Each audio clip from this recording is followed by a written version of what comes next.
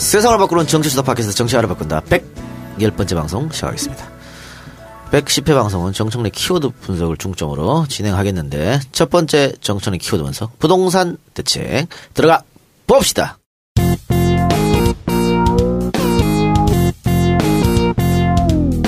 정청래 키워드 분석 8.2 부동산 대책 문재인 정부의 주택 정책을 종합적으로 망라해서 발표했었죠. 핵심 요지는 집은 사는 곳이다. 주거 공간이다. 투기의 대상으로 삼지 마라. 이런 거고요.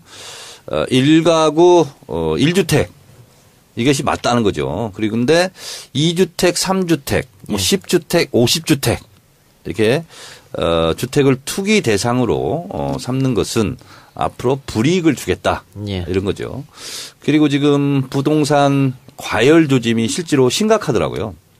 그래서 보통 일반 분양 전매라든가 이런 것은 좀 규제가 있어서 좀 덜했는데 조합원 분양권 전매도 굉장히 지금 뭐 최근에 막 2배로 늘고 막 이러고 있대요. 그리고 서울 전 지역을 아마 투기 지역으로 그래서 지정한 것 같아요. 3개로 분류해가지고 지정을 했습니다. 투기 지역. 손혜원 의원님, 우리 마포구가 포함됐습니다. 네, 마포구. 서울 11개 지역. 이게 투기 지역이고요. 투기 과열 지역은 서울 전 지역. 네. 25개 구. 그리고 세종시, 과천시. 여기가 투기 과열 지역이고요. 그다음에 성남시를 비롯한 조정 지역을 발표했어요. 이렇게 해서 투기 지역, 투기 과열 지역에는 이 규제를 더 강화하겠다 이런 거고요.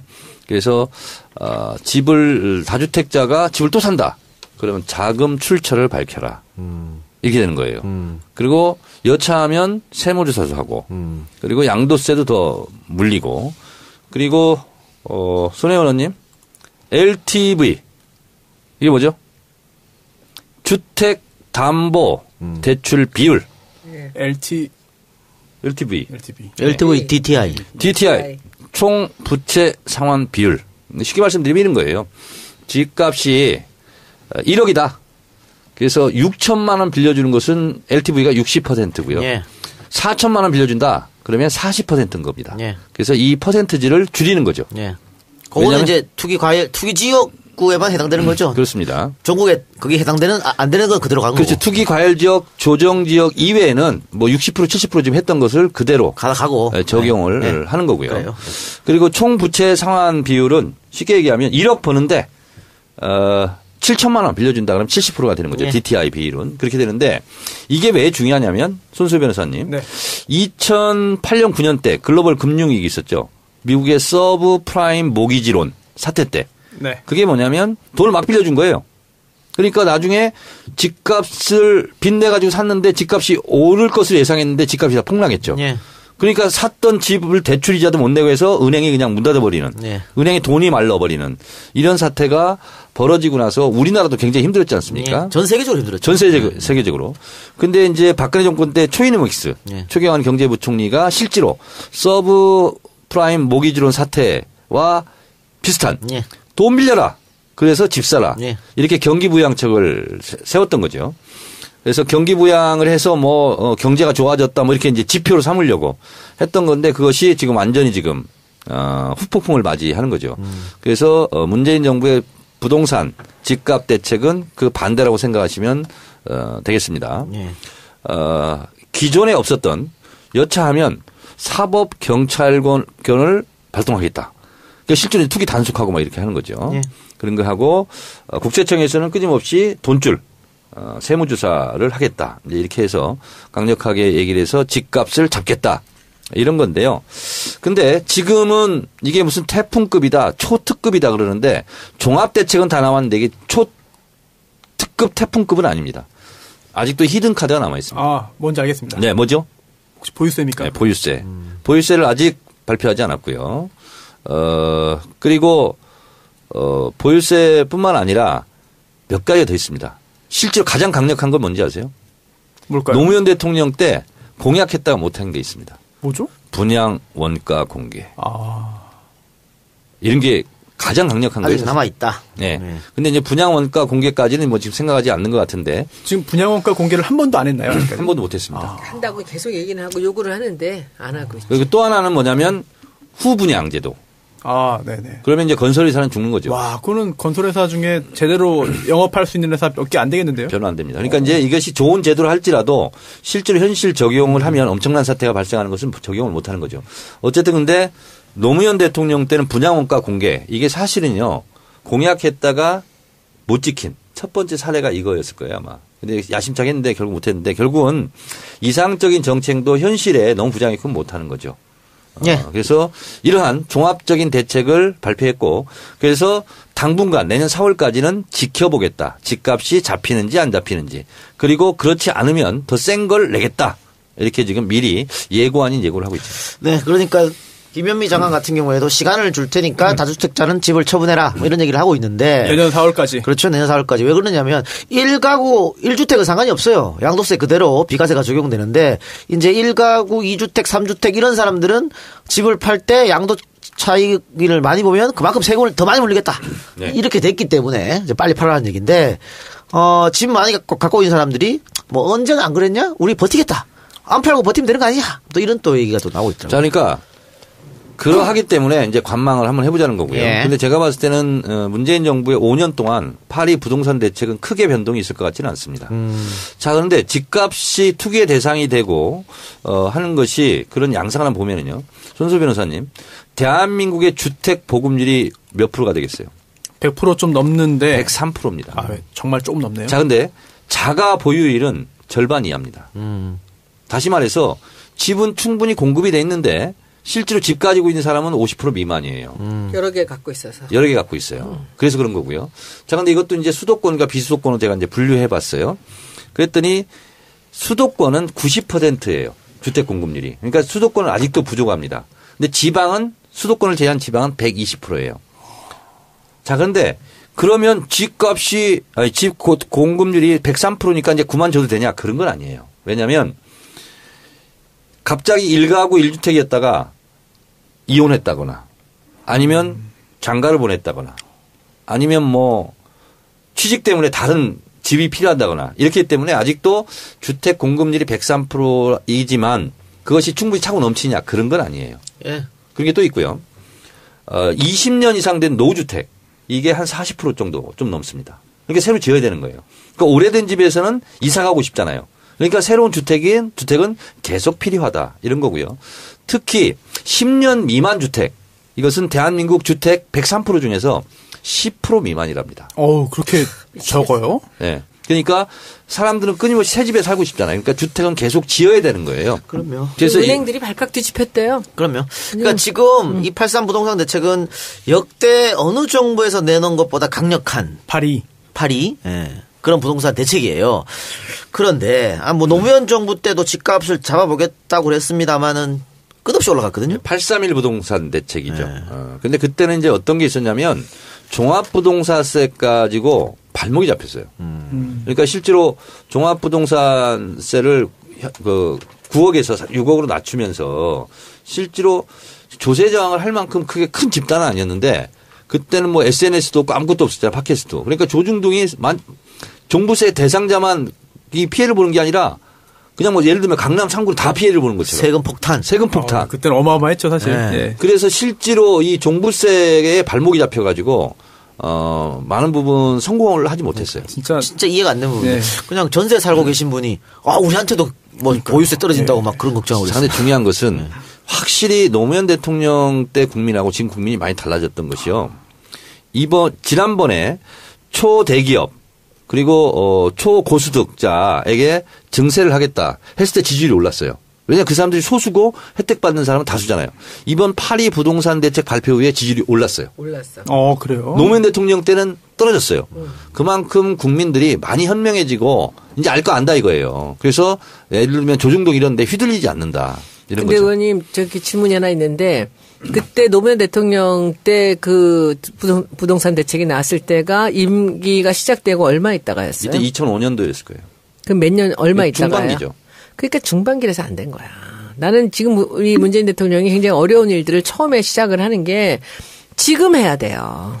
아니, 왜냐면 박근혜 정권 내내 집값이 올랐기 때문에. 그러니까 지금 뭐 이 원전도 그렇고 지금 여러 가지 일들이 어려운 일들을 처음부터 뚫고 들어가는 게 지금 해야 되는 맞는 거예요. 근데 이게 1년, 2년 정도 지나고 하면 그때부터 동력이 떨어지는 거죠. 그러니까 지금 저게 잘하는 것 같아요, 저는. 이제 그 말은 맞고요. 근데 이제 문재인 정부와 노무현 정부는 지지 기반과 그리고 강구함 이런 것이 많이 달랐어요. 그러니까 노무현 대통령 때는 지금 문재인 대통령처럼 그렇게 예를 들면 박근혜 탄핵이라든가 이런 국면이 없이 김대중 정부의 정권 재창출이었잖아요. 그렇기 때문에 지금 문재인 대통령 이 정부하고는 이제 현실과 조건이 많이 달랐죠. 그래서 기계적으로 비교하는 것은 좀 아니 시기도 다르고 근데 지금 이것도 이제 주변에 있는 사람들 굉장히 많은 민원이 지금 오고 있는 것 중에 하나가 이런 대책은 좋다 이거야. 근데 여기서 일어나는 야기되는 많은 문제점들을 지금 전혀 해결을 하지 않고 그냥 이렇게 던져놨다는 거죠. 그러니까 지금 분양 다 받은 사람이고 이제 돈을 융자 받을 걸 생각하고 했는데 융자액이 뚝 떨어지는 거예요. 뭐 난리래요 지금 은행마다. 은행원들이 지금 뭐 거의 막 대상포진 걸리고 난리가 났다고 지금 막 어필을 해오는 게 이렇게 구체적인 사안들에 대한 문제를 해결하지 않고 이렇게 해놓으면 어떡하느냐. 그분들한테 아마 유예가 되는 그런 조치를 아마 취할 거라고 봅니다. 아직은 안 돼 있는데요. 네. 그래서 이런 것들이 전부 다 나와야 돼요. 나와야죠. 네, 구체적인. 예를 들면 우리 당 중진 의원들도 언론에 대고 몇 가지 불만 사항을 또 얘기했더라고요. 네. 예를 들면 이번 부동산 대책 발표한 내용 중에 도시재생마을 사업이라는 게 있습니다. 네. 그러니까 서울 지역은 해당되지 않는다. 서울시에서는 계획하고 있었거든요. 그건 이제 불만 있는 사람도 좀 있고 그리고 금리를 그대로 두고 이렇게 되면 어떡하냐. 그래서 금리에 대해서도 불만이 있고 그런데 저는 디테일로 가다 보면 불만이 없는 사람이 있을 수 있겠습니까? 그런데 이것은 좀 더 큰 거시적인 목적과 차원에서 하는 거니까 그런 부분의 불편함과 좀 다소 억울한 부분도 있을 수 있어요. 그러니까 저도 봤는데 그러니까 이 대책이 발표되기 전에 계약한 사람까지는 그냥 기존권을 해줘야 되는 거죠. 왜냐하면 중도금하고 다 대출 나올 걸 계산해서 했는데 안 나와요. 이렇게 되면 자꾸 골치 아파지니까. 그러니까 모든 법이든 대책이든 소급 적용은 안 하지 않습니까? 예. 그러니까 기존에 했던 사람들에게는 피해가 없고. 그렇죠, 그렇죠. 그러니까 이 파리 부동산 대책 발표 이후. 그렇습니다. 8월 3일부터 거래하는 그렇습니다. 거 이런 것을 네네. 규제한다는 거고요. 네. 그리고 또 유예 기간을 뒀어요. 예. 알아서 정리를 해라. 내년 4월까지. 그랬으니까 저는 지금까지 발표한 이런 부동산 종합대책 중에서 가장 좀 내실 있지 않나, 가장 견고하지 않나 이런 생각이 좀 해요. 손수호 변호사. 네. 자가예요? 네. 많이 올랐습니까? 언제 샀어요, 일단? 박근혜 정권, 이명박 정권. 언제지? 정확히 모르겠는데요. 집이 여러 채 있어요? 한 채입니다, 한 채. 한 채 산 거 얘기하란 말이에요. 한 채, 그러니까 언제인지를 모르겠는데요? 아니, 집을 언제 산 것이 관심이 없을 정도로 이렇게 부자예요? 아니, 별로 제가 살림에 신경 안 써가지고. 그러면 땅 산 거 얘기해 보세요. 땅이요? 네. 다른 땅. 땅 없는데. 땅도 없고 집 한 채 달랑 지금 부동산 있는데 언제 샀는지를 기억을 못해? 저는 지금 회사 운영하느라고 뭐 몇 년 동안 다른 거 신경 하나도 못 써요. 결혼은 언제 했는지 알아요? 약 10년 전 경. 얼마 정도 샀는지 기억나요? 대충? 알죠. 예. 그러면은 지금 좀 올랐겠네? 조금 올랐어요. 조금? 서초인데도? 조금? 아니, 서초에도 좋은 동네 있고 또 그래요? 저희 방일시장 동네는 꽤 많이 안 올랐어요. 근데 저는 이 재테크에는 아무런 지금 관심도 없고 솔직히 재주도 없고 그런데 저는 이사 갈 때마다 제가 사전에 가본 집이 없어요. 우리 그 애기 엄마가 항상 가서 계약을 하고 아니에요, 전화를 해요. 저랑 비슷하신데요? 자랑이 아니에요. 자랑하는 거 아닙니다. 네. 주소 갖고 찾아가지 저녁 때. 네. 근데 제가 성산이동에 아파트를 샀는데 10년 전에 샀거든요. 그 가격 그대로야. 그래요? 네. 그래? 마포가 아니지. 마포가 지금 가격을 찍은 데 근데 우리 아파트는 그래요. 설마요. 그대로라니까. 아니, 길 건너 고쪽은 엄청 올랐는데 가져올 쪽은 아니야, 이건 아니야. 그런데 거기가 여러 가지로 불편해요. 근데 상암동에는 이제 우리보다 평수가 한 15평 적은 평수가 내가 갈 때가 4억 정도 됐어. 근데 지금 우리 아파트하고 똑같아졌어요. 네, 그러면은 하여튼 부동산 대책이 빠른 시일 내에 연착륙 됐으면 하는 바람이고 국민의당이 두 번째 키워드예요? 네. 그러면 광고 듣고 와서 국민의당 키워드 분석 들어가 봅시다. 안녕하세요. 강아지를 기르시는 정치알바 청취자 여러분. 매일 먹는 사료는 까다로운 기준으로 고르지만 간식으로는 어떤 걸 사줘야 할지 항상 고민 중이시죠? 브랜드 캔 제품은 못 믿었고 이름 모를 패키지 제품은 방부제와 알러지가 걱정되고 그렇다면 디어디어는 어떠신가요? 디어디어는 뉴질랜드에서 자연 방목하여 기른 사슴으로 만든 간식입니다. 생갈비, 살코기 등 선별된 부위들을 가장 청결한 동결 건조 방식으로 생산하며 방부제, MSG 등을 일체 첨가하지 않은 100% 사슴만 담은 제품입니다. 뉴질랜드 국립산업부에서 허가받은 시설에서 만든 자연 그대로의 간식 디어디어. 나의 가장 가까운 친구이자 가족인 반려동물의 간식으로 어떨까요? 주소창에 ddkorea.net을 입력해 주세요. ddkorea.net. 이상 김 과장이었습니다. 네, 신규 광고가 들어왔네요. 디어 펫푸드, 고품격 프리미엄 반려동물 간식이라고 합니다. 뉴질랜드 사슴으로 만든 반려동물 간식이라네요. 천혜의 자연환경 뉴질랜드 드넓은 목초지에서 자유롭게 길러진 사슴은 항생제, 인공성장호르몬, 인공사료를 일체 사용하지 않았다고 합니다. 영하 40에서 50도에서 동결과 건조를 동시에 해서 건조, 살균 방식 중 가장 고가이면서 안정적인 방식이라네요. 냄새, 맛, 영양소 보존에 열 처리나 자연 건조 방식과 비교할 수 없을 만큼 탁월하다고 합니다. 도축, 살균, 포장까지 뉴질랜드 현지 공장에서 100% 완제품 생산 후 한국에 직수입해서 판매한다니까 믿을 수 있다고 하네요. 현재 육포, 도가니, 생갈비, 정강이, 뼈 등 여러 가지 제품이 판매되고 있으니까 홈페이지에서 반려동물을 키우는 청취자분들의 관심 부탁드리겠습니다. 착하게 기르고 바르게 만든 간식 디어디어 홈페이지는 www.ddkorea.net입니다. 지금 할인 행사 중이라고 하는데요. 네이버 아이디로 로그인 하셔가지고 스토어 찜을 눌러주시면 자동으로 추가 할인 쿠폰이 다운이 되고 배송 메시지에 정청래 짱을 입력하시면 샘플을 마구마구 보내준다고 합니다. 손혜원 짱은 안 되는군요. 손혜원 짱도 될 거라고 봅니다. ddkorea.net 디어 펫푸드 한번 포털에서 한번 검색해보면 나올 것 같습니다. 연락해서 반려동물 키우시는 분들 간식 많이 애용해주세요. 요즘에 그 동물들 간식도 프리미엄화 되는 것 같아요. 그러니까 모든 게 뭐 그렇죠. 유기농도 많이 나오고. 그렇죠. 마트에 가도 통조림도 엄청 많더라고요. 네. 애완동물하고. 그렇죠. 고양이 밥도 설마 있으시겠죠? 있겠죠. 한번 들어가 보시기 바랍니다. 알겠습니다. 자, 그러면 디어디어 광고는 거기까지만 하고 두 번째 키워드 분석. 투어이브 광고도 한 거예요? 이따가 할 거예요. 이따 할 거예요? 투어이브 되게 챙기세요. 되게 챙기네요, 진짜. 아, 챙겨야 됩니다. 국민의당 시작해주세요. 국민의당, 심리적 분당 속으로, 지금 빨려들고 있습니다. 심리적 분당. 안철수 전 후보가, 전당대회 당대표 출마하면서 극심한 분열과 혼란 속으로 지금 빠져들었는데요. 국민의당 내부 국회의원들 절반 이상은 안철수 전 의원의 출마를 반대하고 있고 드디어 벽에 얘기하는 것 같다. 외계인 같다. 이렇게까지 실제로 있고요. 그리고 불쉿도 나왔어요. 불쉿. 네. 불쉿이 BULLSHIT. 이상돈 의원이 얘기했어요. 허튼 소리, 헛소리. 비속어라고 합니다. 그것을 실제로 방송에 나와서 했고요. 대체적인 불만은 이거인 것 같습니다. 대선 패배의 책임을 지고 박지원 전 대표가 사퇴해서 생긴 전당대회인데 박지원 전 대표보다 책임이 더 크다 할 수 있는 안철수가 직접 전당대회 출마하는 것이 이게 말이 되느냐. 이것은 언어 도단이고 형용 모순이다. 그래서 나와서는 안 된다. 이렇게 얘기를 하니까 실제로 국회의원들이 찾아갔답니다. 그래서 어떤 의원은 안철수 면전 앞에서 당신은 꺼진 불이 아니다. 꺼진 재다. 이렇게까지 얘기를 했답니다. 그렇게까지 얘기했는데 안철수 씨는 그러면 나보고 정계 은퇴하라는 말이냐.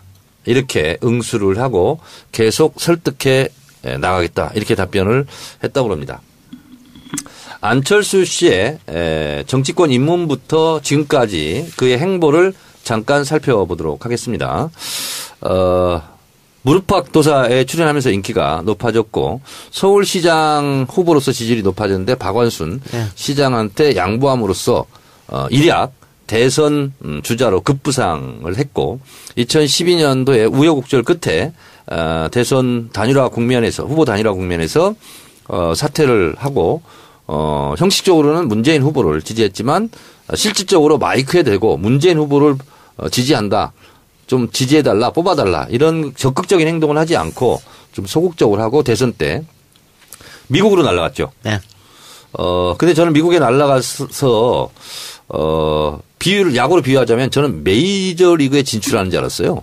왜냐하면 그때까지 안철수의 투구를 한 번도 못 봤거든요. 그래서 계속 워밍업만 하다가 관두길래 국내 프로야구를 접고 미국 메이저리그에 진출하려고 하는 줄 알았더니 다시 급거 귀국해서 동네 야구에 진출했어요. 그래서 다시 국회의원에 이제 출마를 해서 무소속으로 나가서 됐습니다. 그런데 당시 우리 민주당 후보는 사퇴했습니다. 나가지 않았습니다. 대선 때 도와준 의리를 지키겠다.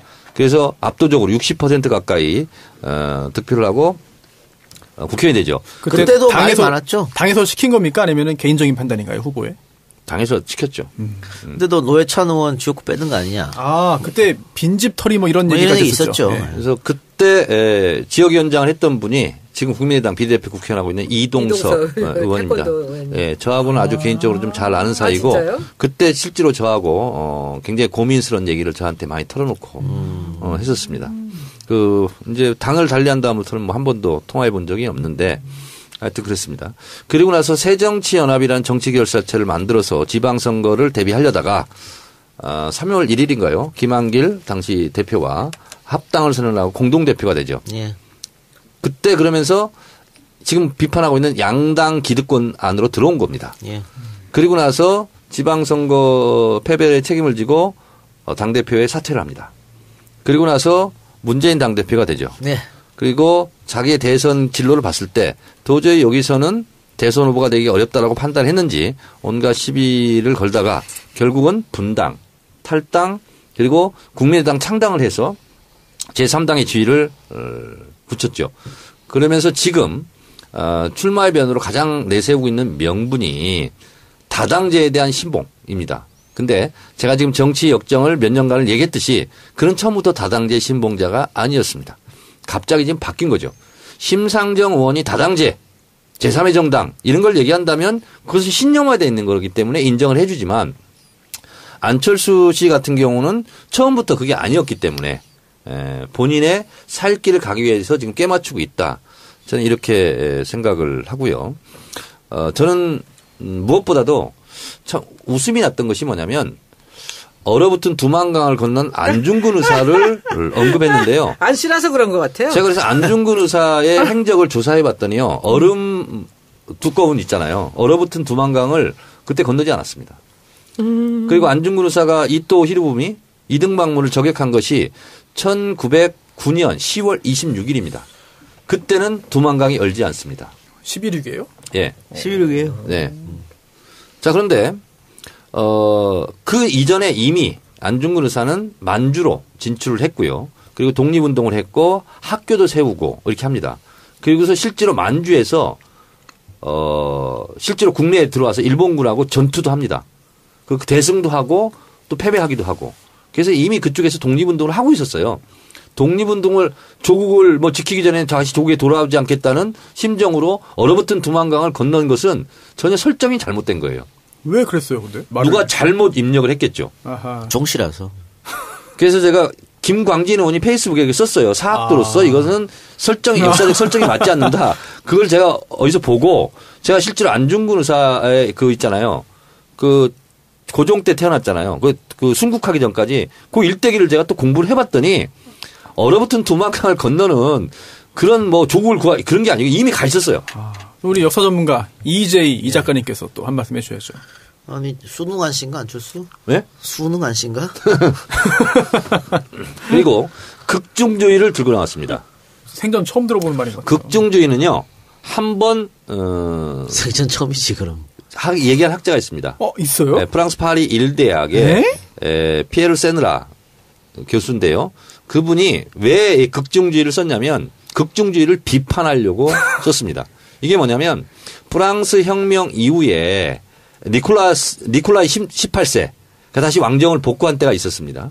그때 프랑스 혁명 세력들은 좌파죠. 이거 왕정으로 가면 안 된다. 또 왕당파들은 왕정으로 가야 된다. 좌우 대립이 극심했어요. 그때 루이 18세가 정치권 좌우 다 빠져. 나는 그냥 관료들하고 이제 잘 살래. 그게 극중주의예요. 그래서 그건 잘못됐다 하고 파리 일대학 피에르 교수가 그걸 비판한 거예요. 근데 그 비판한 것을 가지고 들고 나온 거예요. 그리고 이것은 형용 모순입니다. 극중이라는 말은 뜨거운 얼음 이렇게 같이 어울리지 않아요. 그러니까 쉽게 말하면 극중이라는 것이 극도의 중도주의예요. 극우, 극좌 이런 그 네, 말이에요. 그러니까 중도 중에서도 말도 안 되는 극중도라는 얘기예요. 그러니까 그게 쉬운 말을 그렇게 어렵게 한 거야. 그러니까 남극과 북극이라는 말은 맞는데 극적도 이런 건 안 맞는 거야.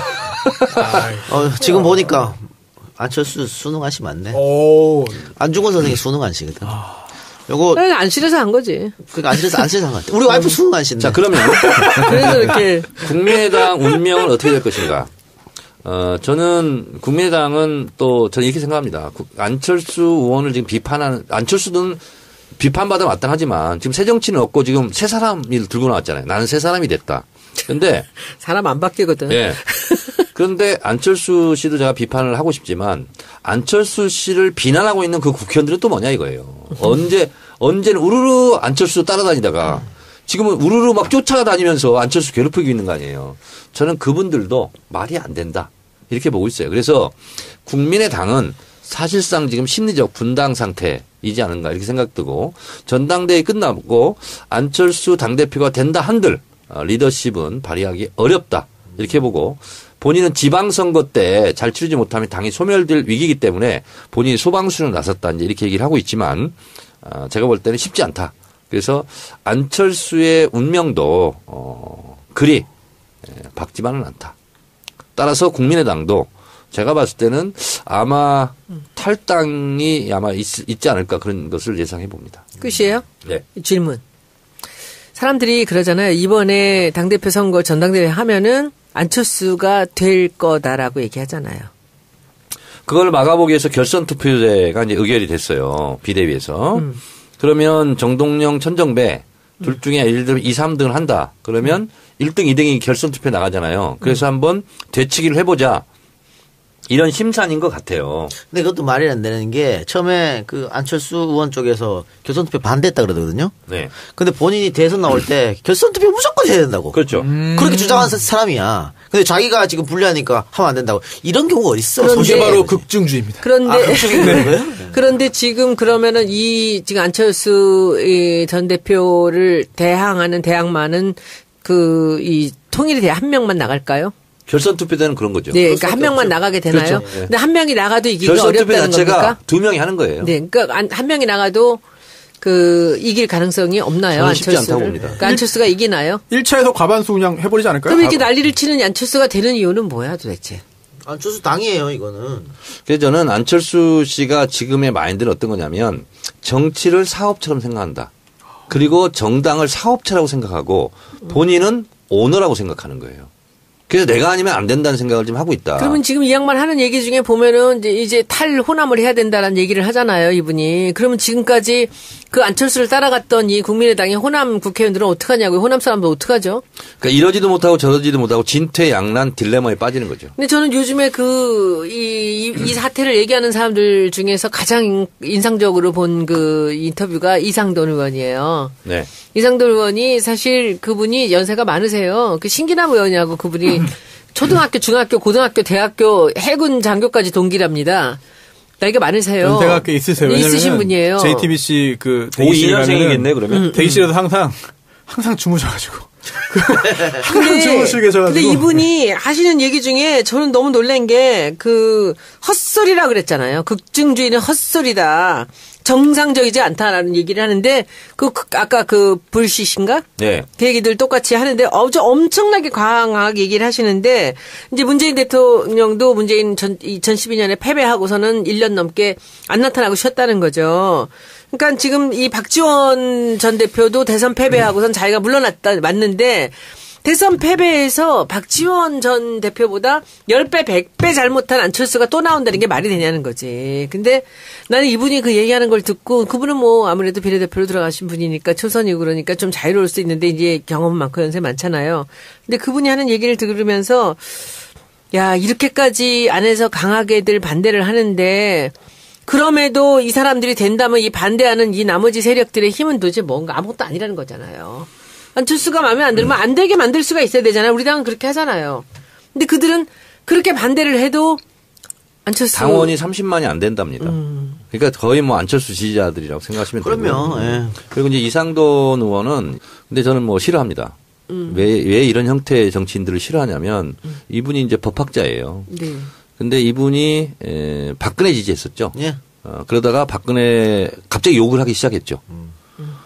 그리고 우리 당에서 비대위원장을 영입하려고 그랬어요. 아, 그렇죠. 네. 근데 비토 당해가지고 못한 거 아닙니까? 그때 제가 세월호 24일 단식하고 있을 때입니다. 그래서 제가 정론관에 가서 국회 정론관에서 이상돈 씨를 비대위원장을 안 치면 나는 단식 장소를 당대표실로 옮기겠다. 그리고 이상돈 비대위원장 반대 단식 투쟁을 하겠다. 그때 대표가 누구였습니까? 뭐 하여튼 있습니다. 박영선. 그때 박영선 의원이 대표한 적이 없어. 비대위 할 때였지 그때. 네. 아, 그분을 위원장으로 모시려고 했던 게 박영선 그때 원내대표였나? 네, 원내대표. 제가 좀 더 얘기하겠습니다. 그래서 그때 제가 한 칼럼을 제가 얘기했었습니다. 김대중 노무현 역적죄로 처벌해야 된다. 햇볕 정책에 대해서 이적행위 뭐 이런 걸로 하여튼 심하게 칼럼을 쓴 것을 제가 이제 보고 그분이 쓴 거? 그럼요. 그래서 이런 사람은 안 된다 하고 제가 반대를 했었고요. 근데 이분이 또 기웃거렸는지 어땠는지 모르겠으나 국민의당 비례대표를 했잖아요. 그럼 안철수의 덕을 본 거예요. 지금 안철수를 가장 물어뜯고 있는 게 이상돈 의원이에요. 저는 이 안철수 못지않게 이상돈 의원도 문제가 있다. 이렇게 저는 생각합니다. 제가 문제가 있다 없다를 얘기한 게 아니라 이분 인터뷰가 가장 강하게 그래요. 네. 그 심한 말로 반대를 했던 분이에요. 딴 분들도 있지만 이분 같이 한 분이 없었어요. 없죠. 자, 그러니까 그러면 예. 꺼진 불이 아니라 꺼진 죄다. 그것도 이상돈 의원이 한 말로 알고 있어요. 원론적인 거. 이렇게 반대가 심할 걸 안철수도 알았을 텐데 출마를 결심한 이유는 뭐라고 생각하세요? 본인이 답변을 한 거잖아요. 거기서 내면을 볼 수 있죠. 그럼 나보고 정계 은퇴하라는 거냐. 지금 안 하면 본인은 정계 은퇴 당한다고 생각하는 거예요. 지방선거의 공천권을 휘두르지 못하면은 비주류가 당을 지배할 테고 그럼 자기는 이제 설 자리가 없다 앞으로. 그렇게 강박관념과 조바심이 있었나 봐요. 일부러 뭐 대외적으로 명분을 내세운 건지 모르겠지만 천정배 의원이 되든 정동영 의원이 되든 뭐 둘 중에 한 명이 대표가 된다면 민주당하고 뭐 합칠 거라는 그런 조바심을 느껴서 본인이 그렇게 얘기하시잖아요. 네, 안철수 전 대표가 그래서 그냥 지금 여기서 그냥 놔두다가는 그냥 합당해버리면 본인은 갈 데도 없는 상황이고. 선소 변호사의 말에는 어떻게 생각하세요? 안철수 씨 입장으로는 그런 불안감이 있을 수 있다고 저는 봐요. 네. 그러면 또 하나 국민의당이 결국은 바른정당하고 합칠 것이다는 한간의 이야기. 저는 지방선거가 끝나잖아요. 네. 그러면 국민의당이 본인들도 얘기하잖아요. 소멸될지 모른다. 그러니까. 예. 똑같이 저도 얘기하고 싶어요. 공중분해될지 몰라요. 그 호남 분들은 아니 그러니까 다시 우리 당으로 오나? 그래서 그것을 바라고 했는지 어땠는지 뭐 국민의당과 통합한다고 어떤 분이 얘기했다가 뭐 박살났죠. 근데 그런 생각을 안철수 의원은 하시는 것 같아요. 전 대표는. 제가 봤을 때는 본인이 대선 직후에 대선에 또 출마했다. 50% 된다고 그랬잖아요. 그렇잖아요. 50% 된다. 그러니까 본인은 잘 버티면 국민의당이라는 집을 잘 지키고 있으면 자기가 오너니까 또 기회가 온다. 또 대선 후보가 되고 이제 본인밖에 없다. 차기 주자는 그렇게 생각을 하고 있는 것 같아요. 그러니까 누가 와서 지금 분탕질을 하기 전에 내가 회사를 내가 세웠는데 내가 오는데 내가 굳건히 지키고 있어야 된다. 이런 생각을 하고 있는 것 같아요. 또 하나는 이런 거죠. 중요한 거는 그 왜 나가느냐라고 봤을 때 분명히 자기가 되니까 나가는 거예요. 아니 그런 확신이 있지 나가죠. 그러니까 확신이 있는데 지금 만약에 저는 계산을 해보면은 여기서 이제 지선을 끝내고 지방선거를 끝내고 나서 이 양반들이 몇 사람이 그러면 바른정당으로 간다? 호남 사람들은 못 가잖아요. 그럼 몇 명 안 되거든요. 네. 비례대표는 못 나가고. 어떻게 되나 그러면? 그러니까 뭐 근데 지방선거 끝나면은 저는 정계 개편이 있을 것 같아요. 어떤 식으로든 정계 개편이 있을 것 같아. 근데 왜냐하면 지방선거가 지금 뭐 1년 남았습니다만은 이 상태로 간다고 가정했을 때 국민의당하고 바른정당 설 자리가 없거든요. 저는 개인적인 입장입니다. 지극히. 예. 지방선거 이후에 국민의당이나 바른정당만 흔들릴 가능성이 높습니다. 예. 저는 근데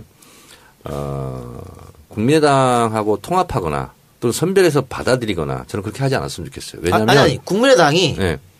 바른정당하고 지들끼리 합치고 막 그럴 수도 있고 그러니까 우리 당으로 오려고 녹화한 사람이 있을 있겠죠. 수도 있고 호남 분들이야 글로 가지 못하지 않겠어요? 그러니까. 자 그런데 그렇게 됐을 경우 지금 어떻게 보면 말썽 부리고 뭐 문재인 대통령 끊임없이 막 공격하고 있던 사람이 나간 거예요. 어떻게 보면 우리 당 입장에서는 알턴니가 빠진 거거든. 근데 그 알턴니를 다시 끼워서 뭐 뭘 하자 나는 이거는 아닌 것 같고 좀 협치라는 관점 속에서 의회 소수이기 때문에 좀 불편함은 있겠지만 그것은 나는 국민들의 지지로 예. 돌파했으면 좋겠고 그리고 다음 총선 때는 우리 당이 잘해서 호남에서 다시 석권했으면 좋겠어요. 예. 그러니까 그분들 받아들인 것이 아니라. 어찌됐든 정계 개편이 있을 것 같은데 바른정당에서 몇 명이 또 자유한국당으로 들어갈 수도 있을 문제고 그렇습니다. 국민의당의 호남 의원들이 국민의당은 탈당해서 그냥 무소속으로 남을 수도 있어요. 그럴 수도 있어요. 아, 그럼요. 무소속 남아가지고 당장은 이렇게 반응이 안 좋기 때문에 못 들어오고 시간을 보면서 눈치 볼 수도 있는 문제고 정치에는 사실 예상이라는 게 쉽지 않아요. 그래서 정도를 갔으면 좋겠고 정면 승부를 했으면 좋겠어요. 예, 괜히 그 사람들 해가지고 무슨 숫자 뭐 늘리고 이런 거 안 했으면 원하지만 또 이 정치는 그런 게 아닌 것 같다는 생각도 좀 드는 게 요즘에 이혜훈 대표가 호남 쪽에 굉장히 러브콜을 보내고 있잖아요. 예. 저는 이게 굉장히 자주 네, 가요. 저는 이게 지금 그 안철수 전 대표하고의 어떤 그 준비를 하고 있는 게 아닌가. 그리고 이혜훈 대표 입장에서는 안철수 의원을 받아들인다면 절대 호남을 받아들이는 거지 안철수 한 사람을 받아들이는 건 아닐 거란 얘기죠. 근데 저는 이혜훈 대표 그러면 뭐 되지도 않을 일을 하고 있는 거예요. 그러니까 근데 또 하나는 정치 공학적으로 그 뭐 너 왜 돼지의 방점을 줘? 돼지국밥 때문에 그런 거 아니야? 저기 그 외에 지금 지난번에 그 우리가 안철수 전 대표가 여기서 이때 당대표 또 나갈 거라고는 사실 한 달 전에 생각 못 했잖아요. 근데 저는 요새 진짜 너무 이 사태를 보면서 그 안철수 전 대표의 부인이 그 노원에 나간다라는 얘기도 소문이 있었거든요. 예, 이것도 있었어요. 진짜 아닐 거라는 생각이 언뜻 드는 거 있지. 김미경 씨가요? 그래. 보궐에 나온다는 얘기 보궐에 있어요. 나온다는 얘기가. 근데 지금 있어요, 그런데. 우리는 있을 노회찬 수도 없다고 의원이 생각했지. 그 하여튼 아웃되고 부인이 나갔었어요. 예. 그런 얘기가 있어. 근데 그래 어쨌든 뭐 이렇게 엉뚱한 일을 벌이는 거 보니까 그것도 뭐 가능성이 있을 제가 늘 말하잖아요. 알았어요. 정치는 가능해 예술이다. 안 되는 건 없어요. 아니 근데 정계 개편 가능성 이야기 말씀하실 때 이 작가님이 눈이 제일 반짝반짝. 아이 쌈꾼이 같은 이라고. 그런 걸 좋아해. 정계 개편 지각변동 이런 걸 좋아해요. 아주 좋아합니다. 얘기거리가 많아져가지고 여기저기 부르는 데도 없으면서. 집산 이런 거. 근데 나는 우리 이 작가님이 왜 그 수다맨에서는 그렇게 교활한 웃음을 많이 보이잖아. 근데 우리하고 할 때는 좀 우울하신가 봐. 아, 그게요. 제가 그래도 진짜가 나타나보다 보면 우리가 낫지 않아요? 그럼요. 그래, 알겠습니다. 자, 그러면은 우리 이철성 얘기 한번 해볼까요? 이철성 경찰청장이 아이고. 임기가 남았기 때문에 지금 계속 있는 거잖아요, 사실은. 네, 2년이죠, 2년. 사실은 뭐, 임기제니까 임기 보장해주는 건 맞아요. 박근혜 정권에서 임명된 사람이지만. 그리고, 정권이 바뀌고 나서 이철성 경찰청장이 뭐, 백남기 농민한테 사과하고, 그렇죠? 박종철 열사, 네. 그 추모제, 이런 데도 참석하고. 살수차도 배치하지 않고. 완전히 다른 모습을 보여주고 있는데, 과거의 행적들이 속속 드러나면서 지금 문제가 상당히 커지고 있습니다. 일단, 아마 촛불 집회가 한참일 때였을 것 같아요. 작년 11월이니까요. 예. 네. 광주경찰청에 전화를 해가지고 이상한 소리를 했다고 하는데 어떤 얘기예요? 네, 당시 광주경찰청장이 강인철 씨입니다. 예. 지금은 중앙경찰학교장으로 있고요. 그런데 그때 성숙한 시민의식을 강조하면서 각 지방경찰청에서 여러 가지 SNS에 글도 쓰고 했어요. 그러면서 과격한 행동을 자제해달라, 질서 유지해달라, 부탁드린다 등등의 이야기하면서 당시 촛불 시위 당시에 각 지방경찰청에서 시민들에게 이제 질서 유지를 호소하는 그런 글들을 많이 올렸습니다. 네. 그래서 광주 경찰청에서도 이제 경찰들이 올렸죠. 네. SNS에. 그런데 그 내용 중에 민주화의 성지인 광주 시민들에게 부탁한다 뭐 이런 글들이 있었어요. 그리고 그 사진이 유명했는데 다른 데는 뭐 이렇게 조금 그 시민과 경찰이 부딪히는 모습이 있었잖아요. 네. 근데 광주는 경찰들이 시민들을 보호해 에스코트하는 모습이 있었어. 네. 그래서 민주화의 성지라는 말을 그때 했어요. 화제가 됐어요. 굉장히 화제가 됐죠. 화제가 됐는데 그때 강인철 당시 청장이 작성한 글은 아니지만 이철성 경찰청장이 강인철 광주청장에게 전화를 합니다. 전화를 해서 글 내려라. 그래서 글 내리라는 그런 그 요청을 받았다. 그리고 그 요청을 받았는데 결국 그 후에 본인도 여러 가지 괴롭힘을 당했다라는 말을 했는데요. 거기서 끝나지가 않았습니다. 그런 요청을 받았다, 요구 받았다라고 하는 걸 1차로 얘기했고요. 근데 거기에 대해서 이철성 청장이 무슨 소리냐, 그런 통화 한 적도 없다라고 얘기를 하자 오늘 이제 추가로 폭로를 했는데요. 예. 이제 민주화의 성지 얘기 나옵니다. 그러면서 민주화의 성지에서 근무하면 간이 좋으냐, 여기에 더해서 지금 이 정권이 촛불 시위 때문에 무너질 것 같냐. 일단은 민주화의 성지에서 근무하니까 좋냐? 이거는 조롱이죠. 네, 그렇죠. 예, 이거는 예. 촛불 가지고 이 정권이 무너질 것 같으냐는 건 촛불 평하고. 내가 있는 한 안 된다. 네가 뭔데? 내가 있는 한 이 정권은 안 무너진다. 뭐 이런 의미로 해석되지 않습니까? 그래서 물론 여기에 대해서 이철성 청장은 전혀 통화한 바 없다고 아직까지 주장하고 있습니다. 아니 근데 이게 어쨌든 SNS 글을 삭제했어 그 이후에. 그런데 네. 그 강인철 당시 광주경찰청장이 이 전화를 받고 외압을 느끼고 직원들과 회의해갖고 해당 글을 교체했다 그러거든.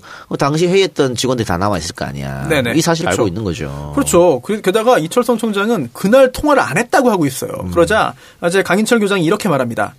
지금 너무 억울하다 그러면서 이게 통화 기록이 1년 남아 있을 거다. 그래서 아직 1년 안 지났으니까 수사 의뢰할 생각도 있다. 라고 문화일보 기자랑 전화 통화하면서 말을 했어요. 강하게 나오네요. 그러면서 이철성 청장은 무슨 말이냐. 내가 통화했으면 했다고 그러지. 그날 통화한 기억이 전혀 없다. 라고 말을 하면서 완전 진실 게임이 지금 벌어지고 있습니다. 팝콘이 필요한 것 같아요. 그래요. 근데 어쨌든 지금 그 당시 광주경찰청장이었던 강인철 씨는 이 사건으로 자기가 부당하게 좌천됐다. 네. 이런 주장까지 하고 있어요. 실제로 또 좌천됐고. 네, 그렇습니다. 그 당시에 이제 또 반박 주장도 있어요.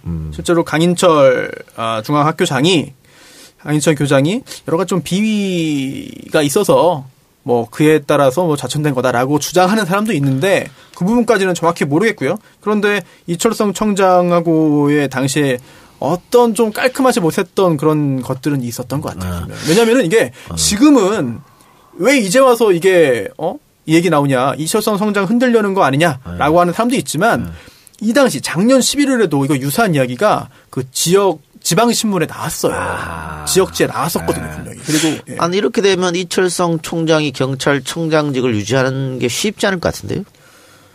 지금 그 뭐 우리가 흔히 말하는 권력기관 있잖아요. 권력기관 중에 박근혜가 임명한 사람 중에 유일하게 남은 사람이 이철성이에요. 쉽지 않아 보입니다. 그렇죠? 네.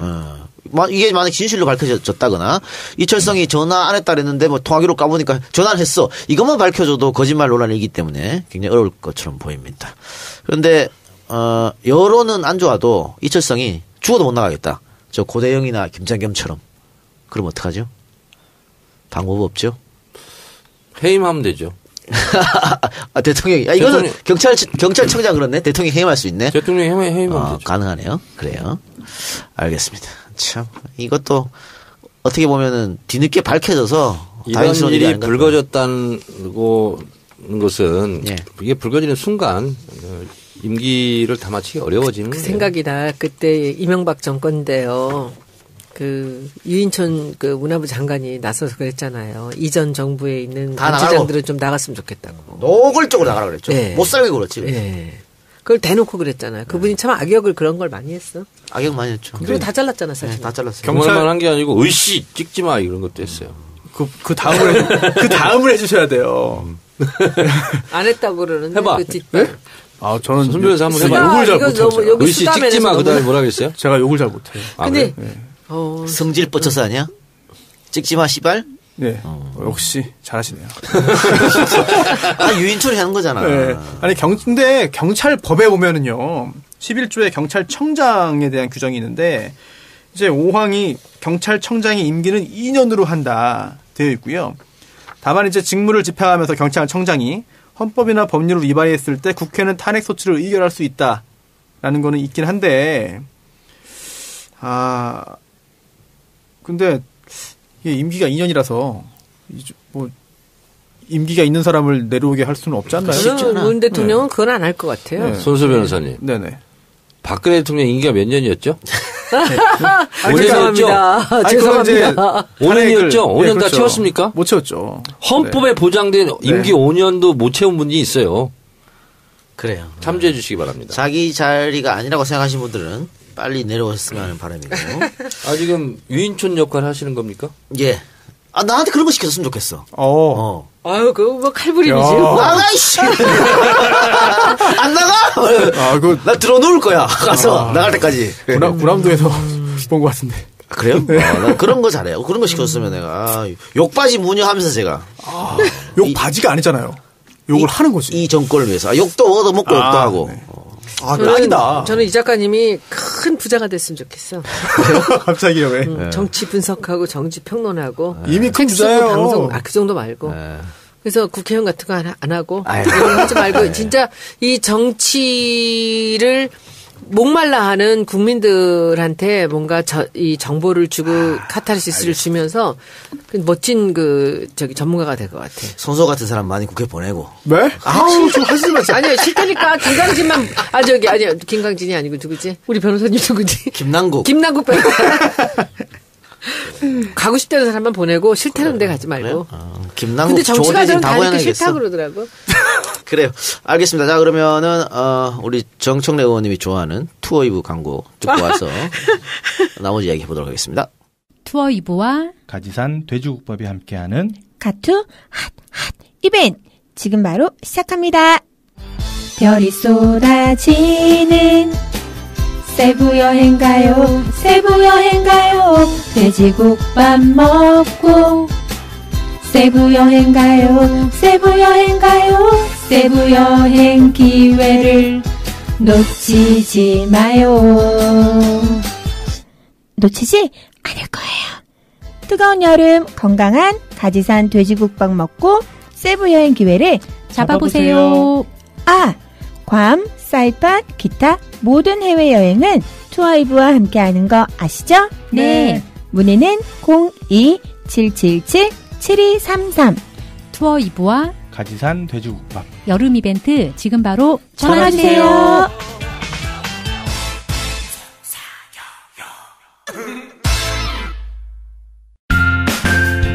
정치를 알면 세상을 바꿀 수 있죠. 그래서 정치 알바를 듣는 거고요. 영어를 알면 인생을 바꿀 수 있습니다. 인생을 바꿀 수 있는 팁, 짐 잉글리시를 소개합니다. 짐 잉글리시는 매일 30분씩 영어로만 말하며 수강료는 아주 저렴한 95,000원이고요. 전화영어, 화상영어를 통해 초등학생부터 어르신까지 누구나 공부할 수 있고 특히 선생님이 훌륭하다고 입소문이 자자한 곳입니다. 2009년부터 지금까지 계속 여러분 지금 이 광고 들으시면서 바로 시작할까 아니면 조금 있다가 시작할까 망설이고 계시죠? 분명한 것은 바로 시작하는 분들이 인생을 바꿀 가능성이 매우 높다는 것입니다. 포털에 지금 바로 짐 잉글리시를 검색하는 여러분을 응원합니다. 투어 2부입니다. 괌사이판 전문 여행사 투어 2부. 여행을 준비할 땐 투어 2부. 이번에 투어 2부와 돼지산 가지국밥이 아니라 가지산 돼지국밥의 콜라보 이벤트가 있습니다. 가지산 돼지국밥에서 해외 여행 상품권을 드리는 깜짝 이벤트. 우와. 투어 2부에선 8월 1일부터 8월 31일 기간 동안 에어텔 상품, 가로 열고 항공권 포함 상품을 예약하는 고객님께 기존 선물, 제 책과 이 작가의 책, 플러스 상품권은 그대로 있는 대로 드리고 가지산 돼지국밥 4인분까지 배송해드리며 가지산 돼지국밥 이벤트에 자동 응모를 해드립니다. 여행 문의나 이벤트 관련 문의는 투어 2부 02-777-7233 02-777-7233으로 연락 주시면 자세히 안내를 해드리겠습니다. 그래요. 투어이브 사장님이 직접 전화를 받기도 합니다. 네. 아마 그 가지산 돼지국밥하고 조인 해갖고 지금 뭔가 큰 행사를 하는 것 같아요. 그러니까 이 청래당에서 모여서 그런 거 하는 거 같아요. 그런 거 좀 하고 있어요. 그렇게 놀고 있더라고 보니까 자기들끼리. 그런데 의원님 지금 우리 이 투어 이브나 지금 돼지국밥 같은 거는 지금 정치 알바에만 하는 거잖아요. 아니요. 수다면에도 하고 저 청정국도 하고 그래요. 아, 그래요? 제가 나온 데는 다 하고 있어요. 예. 청래당이 그렇게 열심히 하는구나. 자, 또 하나 광고가 짐 잉글리시. 네, 두 번째 들으신 광고 짐 잉글리시인데요.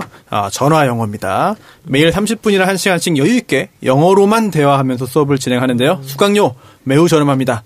매일 30분 한 달에 95,000원이고요. 영어 울렁증, 시험 준비생, 그리고 영어를 정말 잘하고 싶으신 분, 그리고 요즘에는 미드를 자막 없이 듣고 싶은 분들이 많이 계세요. 그런 분들의 수요가 늘고 있습니다. 짐 잉글리시 통해서 미드를 즐기시면 좋을 것 같고요. 검색창에서 짐 잉글리시 검색 부탁드립니다. 손수호 변호사는 영어 좀 합니까? 영어요? 제가 손혜원 의원님보다 못할 것 같습니다. 아, 그렇지 않아요. 그렇지 않아요. 그래요? 저는 정 의원님하고 같은 수준입니다. 정 의원님은 전설의 강사신데. 아니, 안 그래. 네? 안 그래. 영화에도 여러 분야가 있어요. 제가 외국 사람하고 같이 밥 먹었어요. 아, 그래요? 너무 조용하셔가지고. 필담을 나누신 거 아닙니까? 아니, 그때는 손혜원 의원이 얼마나 영어를 잘하나 제가 아니요. 우리 수준은 제가 보기에 수준은 비슷한데. 그래요. 제가 단어는 조금 더 많이 알아요. 그러니까 정치적인 단어 이분이 많이 알지. 전 네이밍을 했기 때문에 이 명사를 많이 알아요. 네이밍 벌써 영어 나오네요. 네. 근데 정 의원님이나 우리는 뭐 이렇게. 제가 근데. 오케이. 그래서 5급까지는 했어요. 5급이 뭐예요? 5급이요? 레벨 5. 레벨 3야 나는 그러지만. 근데. 뭐가 5급이에요? 그때. 손석희 앵커랑 연세학당에서 같이 공부했어요. 근데 그때는 이게 뭐든지 자기 해봐야 돼. 내가 1년 6개월 다녔나? 근데 그때는 갔잖아. 외국인이 딱 미국 사람 같은 사람이 오잖아요. 그럼 막 뛰어가요. 말하고 싶어가지고. 그때는 좀 했어. 뭐라고 하셨습니까? 가지고 막 왜 왔냐고 물어보고 뭐 그냥 그냥 그 사람은 이 사람 왜 이러지 할 정도로. 근데 그때는 너무 재밌었어. 근데 안 쓰면 까먹어. 그럼 안 쓰면 까먹어. 안 쓰면 까먹어. 100%. 그러니까 여러분들도 매일 이렇게 하는 게 중요해요. 그렇죠. 기왕 공부하는 거. 저도 사실은 지금 일본 갔다 온 지 한 10년 넘어서 거의 까먹었어요. 잘 몰라. 잘 몰라. 그럴 것 같은데 이러는 그래도 어렸을 때 듣긴 하시잖아요, 자주. 아예 하기도 할까? 근데 이 작가 있잖아. 일본에 가잖아요. 그러면 다시 생각나. 비교 얘기하는 거야. 네? 현지에 가면 다시 생각나는데. 생각나. 가면 생각나요. 일상 회화는 하지. 근데 너는 일본 가면 영어 생각나고 미국 가면 일본어가 생각나. 머릿속에 한 2개국 있으면 그렇게 돼요. 굉장히 어려워. 그래서. 자, 근데 제가 진짜 황당했던 거 이제 중국에 가서 중국어 공부했잖아요. 1년 동안. 근데 올 때쯤 해가지고 영화를 보러 갔어요. 근데 미국 영화였어. 네. 근데 영어가 목소리로 들리고 밑에 자막은 중국어야. 근데 되게 웃기더라고 기분이. 그러니까 되게 그랬어. 이게 3개국, 4개국 한다는 건 정말 쉬운 일이 아니야. 진짜 그럼요. 어려운데. 그럼요. 박근혜가 5개국 했다니까 참. 예? 5개국 했다 그랬잖아. 네. 했다 그랬잖아요. 그래요. 어쨌든 손수호 변호사 영어 공부는 열심히 하시고. 네. 영어 잘할 거예요. 변호사 하려면 기본으로 해야 되니까. 박사 논문은 쓰지 마요. 논문은 쓰지 마요. 쓰지 마. 쓰지 마요? 표절 시비가 걸려. 그냥 박사 수료만 해. 수료는 했어요. 됐어 그럼 됐어. 거기까지만 해. 정치 안 한다는데 왜요? 거기까지만 해. 더 이상 쓰면 안 돼. 큰일 나. 돌아가운데. 됐어 이 사람아. 거기까지만 되는데. 큰일 나. 뭐 전공했어요? 저는 상법이요. 해상법. 상법? 네. 그건 굳이 논문 안 써도 되잖아. 공부한 걸로 끝내. 그래요? 아까워서. 근데 사실은 별의제가 너 노리고 있다더라. 진짜요? 아니야. 근데 저는 이제 저도 외국에 유학을 하진 않았잖아. 영어가 이제 싫어가지고 안 하다가 영어를 해야 되겠다 맘먹어서 이제 1년에 한 달씩을 미국 가 있었어요. 여름에 방학 때는. 그래서 한 사람 독선생으로 해갖고 제가 하루에 5시간씩 이제 영어를 해. 그러면 돌아올 때는 레벨 테스트를 하면 레벨 3가 나오는 거야. 근데 그 다음에 1년 동안 안 하잖아. 그렇죠. 참 미치겠더라. 그 다음에 또 가. 그래서 몇 년을 했었어요. 근데 맨날 도루묵이야. 그 영어를 어차피 못하는 거 잘하려고 할 필요 없어요. 그냥 단어만 얘기하면 다 통해. 앞에 플리즈만 붙이면 돼. 그래서 저는 비즈니스 할 때는 항상 제가 절대 영어 안 해요. 듣긴 거의 다 듣는데 그러면 이제 옆에다가 딱 세워놓고 듣는 건 듣고 난 한국말로 얘기하면 옆에서 통역이 다 붙였어요. 근데 내가 그냥 일상적으로 여행 가서 만난 사람들하고는 그냥 아쉬우면 영어를 하겠는데 쇼핑 가거나 그러면 근데 이렇게 비즈니스를 할 땐 절대로 그 사람들 앞에서 떠대거리면서 영어 안 했어요. 저도 제 밑에 여자 변호사 영어 잘해요. 아주 잘해요. 아주. 그러니까 영어 못하는 것은 장편이 아니에요. 그럼요. 어차피 우리 외국 안 걔들도 우리 말 못하는데 뭐. 잘하면 특이한 거지 뭐. 그렇지. 그래요. 그러나 공부하시고 싶으시면 공부해야지. 지밍글리시. 한 달에 95,000원입니다. 아 너무해. 자, 95,000원 갖고 무슨 공부할 수 있어? 난 하고 싶었어. 그럼 매일 30분씩 영어. 네, 하루에 30분, 한 달에 95,000원. 네. 자, 외국인하고 하는 거죠, 그거. 네. 예, 알겠습니다. 자, 강원은 거기까지만 하고요. 하나만 더 하고 마칩시다. 지금 뭐 정치 문제 말고 이것도 어떻게 보면 정치 문제라고 할 수 있는데 가장 논란이 되는 건 박찬주 대장 부부 갑질 논란입니다. 있을 수 없는 일이 지금 벌어지고 있는데 파도 악행만 지금 쏟아지고 있는 하룻밤 자고 일하면 또 다른 악행 하룻밤 자고 일하면 또 다른 악행. 그래서 군 검찰이 수사를 본격화하고 있다 그러고 오늘이 이제 우리 녹음하는 화요일 맞습니까? 박찬주 대장이 소환됐죠? 네, 그렇습니다. 군 검찰에 가서 조사를 받고 있죠, 지금도? 받고 있을 겁니다, 이 시간에도. 네. 그 기자들 앞에서 뭐라고 이야기했나요? 뭐 논란이 있어서 송구스럽다. 검찰 조사 성실히 받겠다라고 하고 들어갔습니다. 피해자 신분이죠? 네, 그렇습니다. 근데 군인이라서 그런지 절대 고개는 숙이지 않더구만. 그리고 또, 네. 왠지 당당하려고 하는 노력하는 모습이 저는 안쓰러웠어요. 그런데 또 오늘 그 정복 입지 않고 양복 차림으로 사복 차림으로 운전하고 갔다지. 네, 그렇게 왔죠. 아니 뭐 이제 뭐 옷 곧 있으면 옷 벗어야 자이든 타이든 벗어야 되는데 뭐. 아니 뭐 사병도 아니고 그렇게 빨리 벗고 싶어서 그래요. 근데 사실 군대에서 사병들한테 그렇게 종같이 부리던 거는 다 알잖아요, 우리가. 그렇죠. 아우 저는 애들 데려다 과외시키고. 공감병 될 뻔했어요. 정말 큰일 날 뻔했어요. 집안에 백이 없어가지고 안 됐구만. 아 그게 근데 뭐 몇 명을 이제 다니면서 기무 부관이 픽업을 해요. 공부 잘하는 사병 위주로 뽑아요. 그래요? 왜냐면 아까 얘기한 대로 가해시켜야 되거든. 우리 오빠는 이제 당번을 했어요. 외모가 좀 당번병? 괜찮으니까 당번을 수경사에서 당번병을 했거든. 근데 우리 오빠가 그때 윤필령 장군 있을 때예요. 아이고, 그 근데 옛날이네요. 그때 우리 오빠가 당번을 했단 말이야. 윤필령 당번했어요? 네. 근데 뭐 했는지 알아요? 테니스 코트 매일 밀었대요, 롤러로. 중요한. 그게 제일 큰 일이었대요.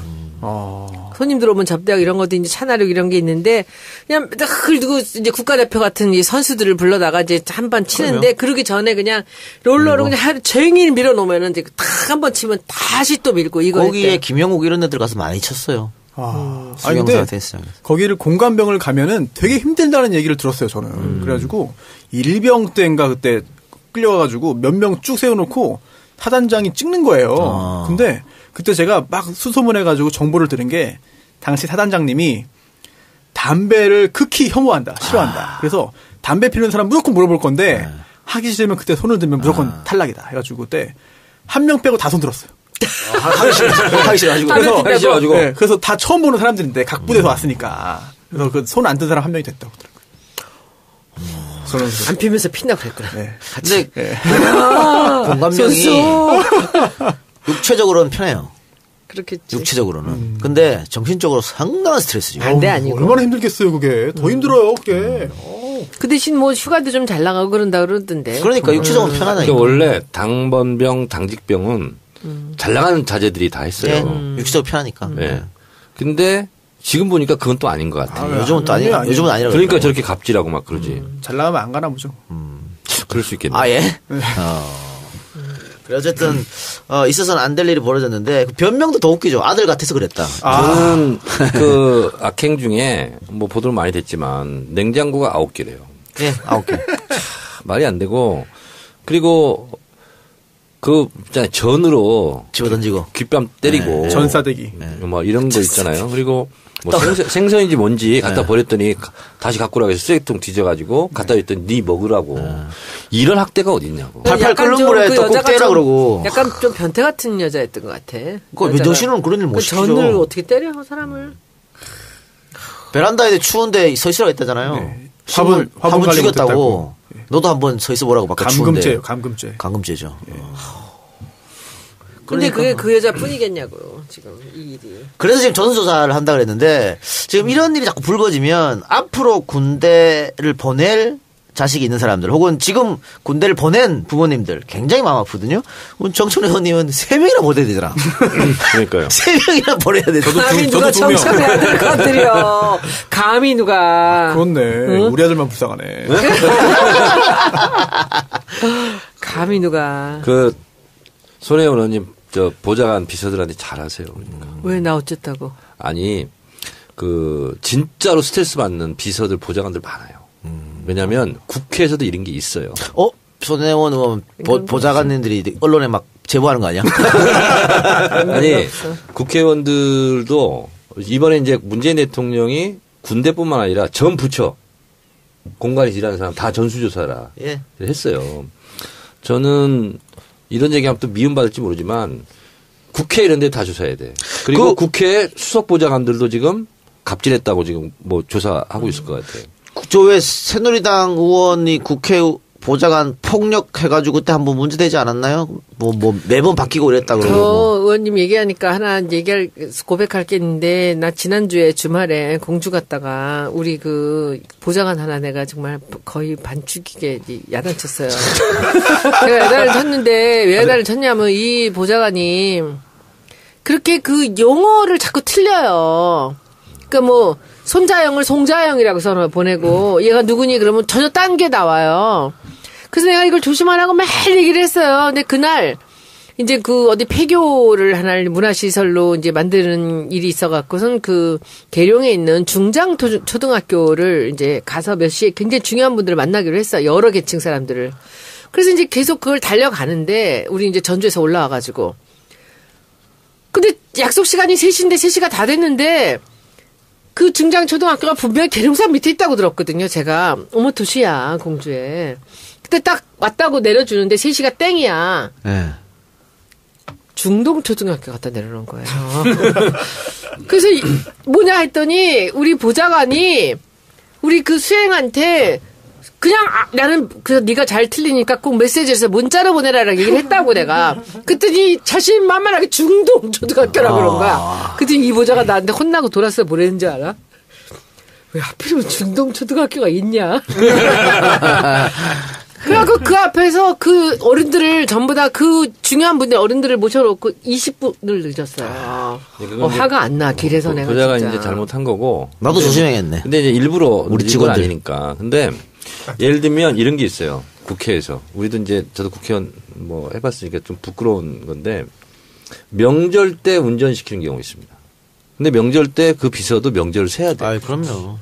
그래서 명절 때는 좀 운전을 안 시켰으면 좋겠어요. 그래서 명절 때는 항상 제가 1박 2일, 2박 3일. 본인이 하고 갔다 그러시대. 그렇죠. 그러니까 그런 게 중요하고요. 그러니까 왜냐하면 이게 굉장히 그 비서한테 큰 거예요. 국회의원은 생각 못 할 수 있거든요. 근데 거기는 그날 지나면 명절을 못 세는 거잖아. 그래 안 그래 손수 변호사님? 그렇죠. 그래서 당연한 거지. 그거는 당연한 거. 당연한 건데 당연한 걸 안 지킨 사람들이 많으니까 문제잖아요. 그렇죠. 네, 그리고 그 휴가 얘기 나왔으니까 명절 얘기 나왔으니까 네. 우리도 하나 공지합시다. 다음 주 화요일은 정치알바 녹음이 없습니다. 안가가 휴가 관계로 녹음이 안 되니까. 다음 주 화요일? 예. 그때 검찰 알바 올리겠습니다. 다음 주 화요일은 안가러 오지 마세요. 문 잠겨 있을 겁니다. 오지 마시고. 다음 주 안가 녹음은 다 취소해요. 그래서 그렇게 알아두시고. 그래 알겠습니다. 근데 이제 문제가 된 게 지금 또 이 박찬주를 옹호하는 사람들이 있어. 아하, 홍준표 아닙니까? 홍준표가 예상했던 대로. 예상했어요? 뭐 저는 어느 정도 예상했는데요. 좌파 단체가 중심이 된 고발 사건이 난무하면서 군 장성들을 요런머리로 내쫓고 있다. 이런 발언을 홍준표가 했고 또 시은소 교회 원로 목사 김성길 목사가 사성장군 사택 관저에 배치됐다. 좋아요 나빠요? 다 물어보니 좋다고 하던데 왜? 훈련도 열애고 짬밥도 안 먹고 걔도 부잣집 걔가 낫잖아. 이런 말 해서. 이게 무슨 말이에요 근데? 아니, 마지막에 설교에서 얘기했나? 개도 부잣집 개가 낫다. 이게 무슨 말? 저 잘 모르겠어요. 그렇게 맞아도 많이 먹진 않느냐 이거죠. 그렇죠. 민중은 개, 돼지 취급해야 된다. 사병을 개, 돼지 취급한 거지. 나 왜 이게 지금 이해가 안 되지? 그래요. 군대에서 어차피 고생하는 거. 인권 주장하면서 굽는 것보다 조금 시달려도 많이 잘 먹고 편하게 살지 않느냐라는 얘기죠. 그렇죠. 알겠습니다. 그러니까. 이런 사람이 자꾸 생기니까 박찬주 같은 갑자기 끊어지 않는다. 홍준표 대표가 늘 그 진보 보수 얘기를 안 하고 꼭 좌파 우파로 얘기하는 건 어떻게 생각하세요? 뭐 신경 쓰지 마세요. 뭐 그 사람. 진보 보수보다 좌파 우파로 해야 공격한다고 생각하겠어. 그런 모양이지 뭐. 자기가 꼭 그 사람 일부러 그렇게 말하더라고요. 일부러 그렇게 말하는 거예요. 예. 근데 진보란 말이 좀 멋있어 보이잖아. 그래서 그런 것 같은데. 어쨌든 앞으로 조금 나간다 이런 뜻이니까. 그럼 이것으로 정치 알아야 바꾼다 110번째 방송을 마치도록 하겠습니다. 저희는 그러면 한 주 쉬고 한 주 동안 좀 쉬세요. 남 쉴 때 안 쉬고 왜 지난담에 쉬어요? 원래 이 작가가 남 따라하는 것 좀 싫어하죠. 굉장히 싫어하죠. 네. 남 쉴 때 안 쉬어. 그때 일해. 네. 남 일할 때 쉬어. 좀 청개구리 기질이 있어요. 그러긴 해. 네, 그래서. 그렇지만 우리에게 검찰 알바가 있으니까. 네, 검찰 알바 올리시고. 그때 올리겠습니다. 네, 저희는 한 주 쉬고 2주 뒤에 찾아뵙겠습니다. 여러분들 저 민평년 아닙니다. 그래요. 그 여름이 이제 마지막으로 지금 가고 있죠? 이제 우리가 다시 돌아올 때쯤이면 서서히 좀 시원한 바람이 불지 않을까. 그런가요? 벌써? 그렇죠. 그런 생각도 하게 됩니다. 네. 이제 막바지예요. 막바지니까. 해수욕장 폐장해야지 그래도 좀. 올해도 거의 갔어요, 이제. 그래요. 곧바로 추석이고, 그리고 이제 국회는 또 정기국회. 또 한 달. 정기국회도 뭐 10월에 하자고. 정기국회는 법에 9월 달에 하기로 돼 있어요. 9월 1일 날. 9월 1일이에요? 네. 국감. 국감은 뭐 좀 약간 이제 기간 변동이 좀 있고. 그래, 또 국감. 용어를 잘 사용하세요.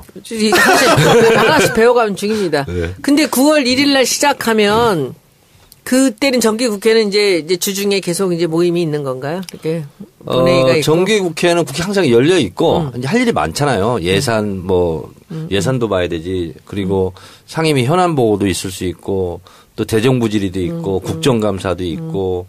뭐 예산 또 통과도 시켜야 되고 국감을 뭐 법안 심사도 엄청나게 해야 되고. 우리는 9월에 하자 그러는데 이제 야당들이 10월에 하자 그러나 봐요. 근데 그 사람들은 자꾸 뒤로 미루는 게 좋은가 보죠. 우리 빨리 하는 게 좋고. 아무래도 새 정부 출범했는데 적발할 게 많이 있다 생각하죠. 뒤로 미룰수록. 시간은 벌라 그런 거죠. 그러겠죠. 공격할 시간을 벌라고. 네. 그래요. 알겠습니다. 하여튼 뭐 정기국회 시작 때부터 손은 더 바빠질 테고 우리 손변도 지금도 바빠요. 저요? 많이 바빠지세요. 돈 좀 벌어. 네. 벌게 해주세요 좀 많이. 네, 여러분들 쉬었다 오겠습니다. 네. 마지막 여름 잘 보내시기 바랍니다. 고맙습니다. 네, 감사합니다. 고맙습니다. 갖고 있는 사람들이 뭐 언제는 안 그랬냐? 우리 버티겠다. 안 팔고 버티면 되는 거 아니야? 또 이런 또 얘기가 또 나오고 있더라고요. 자, 그러니까 그러하기 때문에 이제 관망을 한번 해보자는 거고요. 예. 근데 제가 봤을 때는 문재인 정부의 5년 동안 파리 부동산 대책은 크게 변동이 있을 것 같지는 않습니다. 자, 그런데 집값이 투기의 대상이 되고 하는 것이 그런 양상을 한번 보면은요. 손수 변호사님, 대한민국의 주택 보급률이 몇 프로가 되겠어요? 100% 좀 넘는데 103%입니다. 정말 조금 넘네요. 자, 근데 자가 보유율은 절반 이하입니다. 다시 말해서 집은 충분히 공급이 돼 있는데 실제로 집 가지고 있는 사람은 50% 미만이에요. 여러 개 갖고 있어서. 여러 개 갖고 있어요. 그래서 그런 거고요. 자, 근데 이것도 이제 수도권과 비수도권을 제가 이제 분류해 봤어요. 그랬더니 수도권은 90%예요. 주택 공급률이. 그러니까 수도권은 아직도 부족합니다. 근데 지방은 수도권을 제외한 지방은 120%예요. 자, 그런데 그러면 집 공급률이 103%니까 이제 그만 줘도 되냐? 그런 건 아니에요. 왜냐하면 갑자기 1가구 1주택이었다가 이혼했다거나 아니면 장가를 보냈다거나 아니면 뭐 취직 때문에 다른 집이 필요하다거나 이렇기 때문에 아직도 주택 공급률이 103%이지만 그것이 충분히 차고 넘치냐 그런 건 아니에요. 예. 그런 게 또 있고요. 20년 이상 된 노주택 이게 한 40% 정도 좀 넘습니다. 그러니까 새로 지어야 되는 거예요. 그러니까 오래된 집에서는 이사 가고 싶잖아요. 그러니까 새로운 주택은 계속 필요하다 이런 거고요. 특히 10년 미만 주택 이것은 대한민국 주택 103% 중에서 10% 미만이랍니다. 그렇게 적어요? 네. 그러니까 사람들은 끊임없이 새 집에 살고 싶잖아요. 그러니까 주택은 계속 지어야 되는 거예요. 그럼요. 그래서 은행들이 발칵 뒤집혔대요. 그럼요. 그러니까 지금 이 83 부동산 대책은 역대 어느 정부에서 내놓은 것보다 강력한 파리. 예. 그런 부동산 대책이에요. 그런데 뭐 노무현 정부 때도 집값을 잡아보겠다고 그랬습니다마는 끝없이 올라갔거든요. 831 부동산 대책이죠. 네. 근데 그때는 이제 어떤 게 있었냐면 종합부동산세 가지고 발목이 잡혔어요. 그러니까 실제로 종합부동산세를 9억에서 6억으로 낮추면서 실제로 조세 저항을 할 만큼 크게 큰 집단은 아니었는데 그때는 뭐 SNS도 없고 아무것도 없었잖아요. 팟캐스트도. 그러니까 조중동이 종부세 대상자만 이 피해를 보는 게 아니라 그냥 뭐 예를 들면 강남 3구는 다 피해를 보는 것처럼.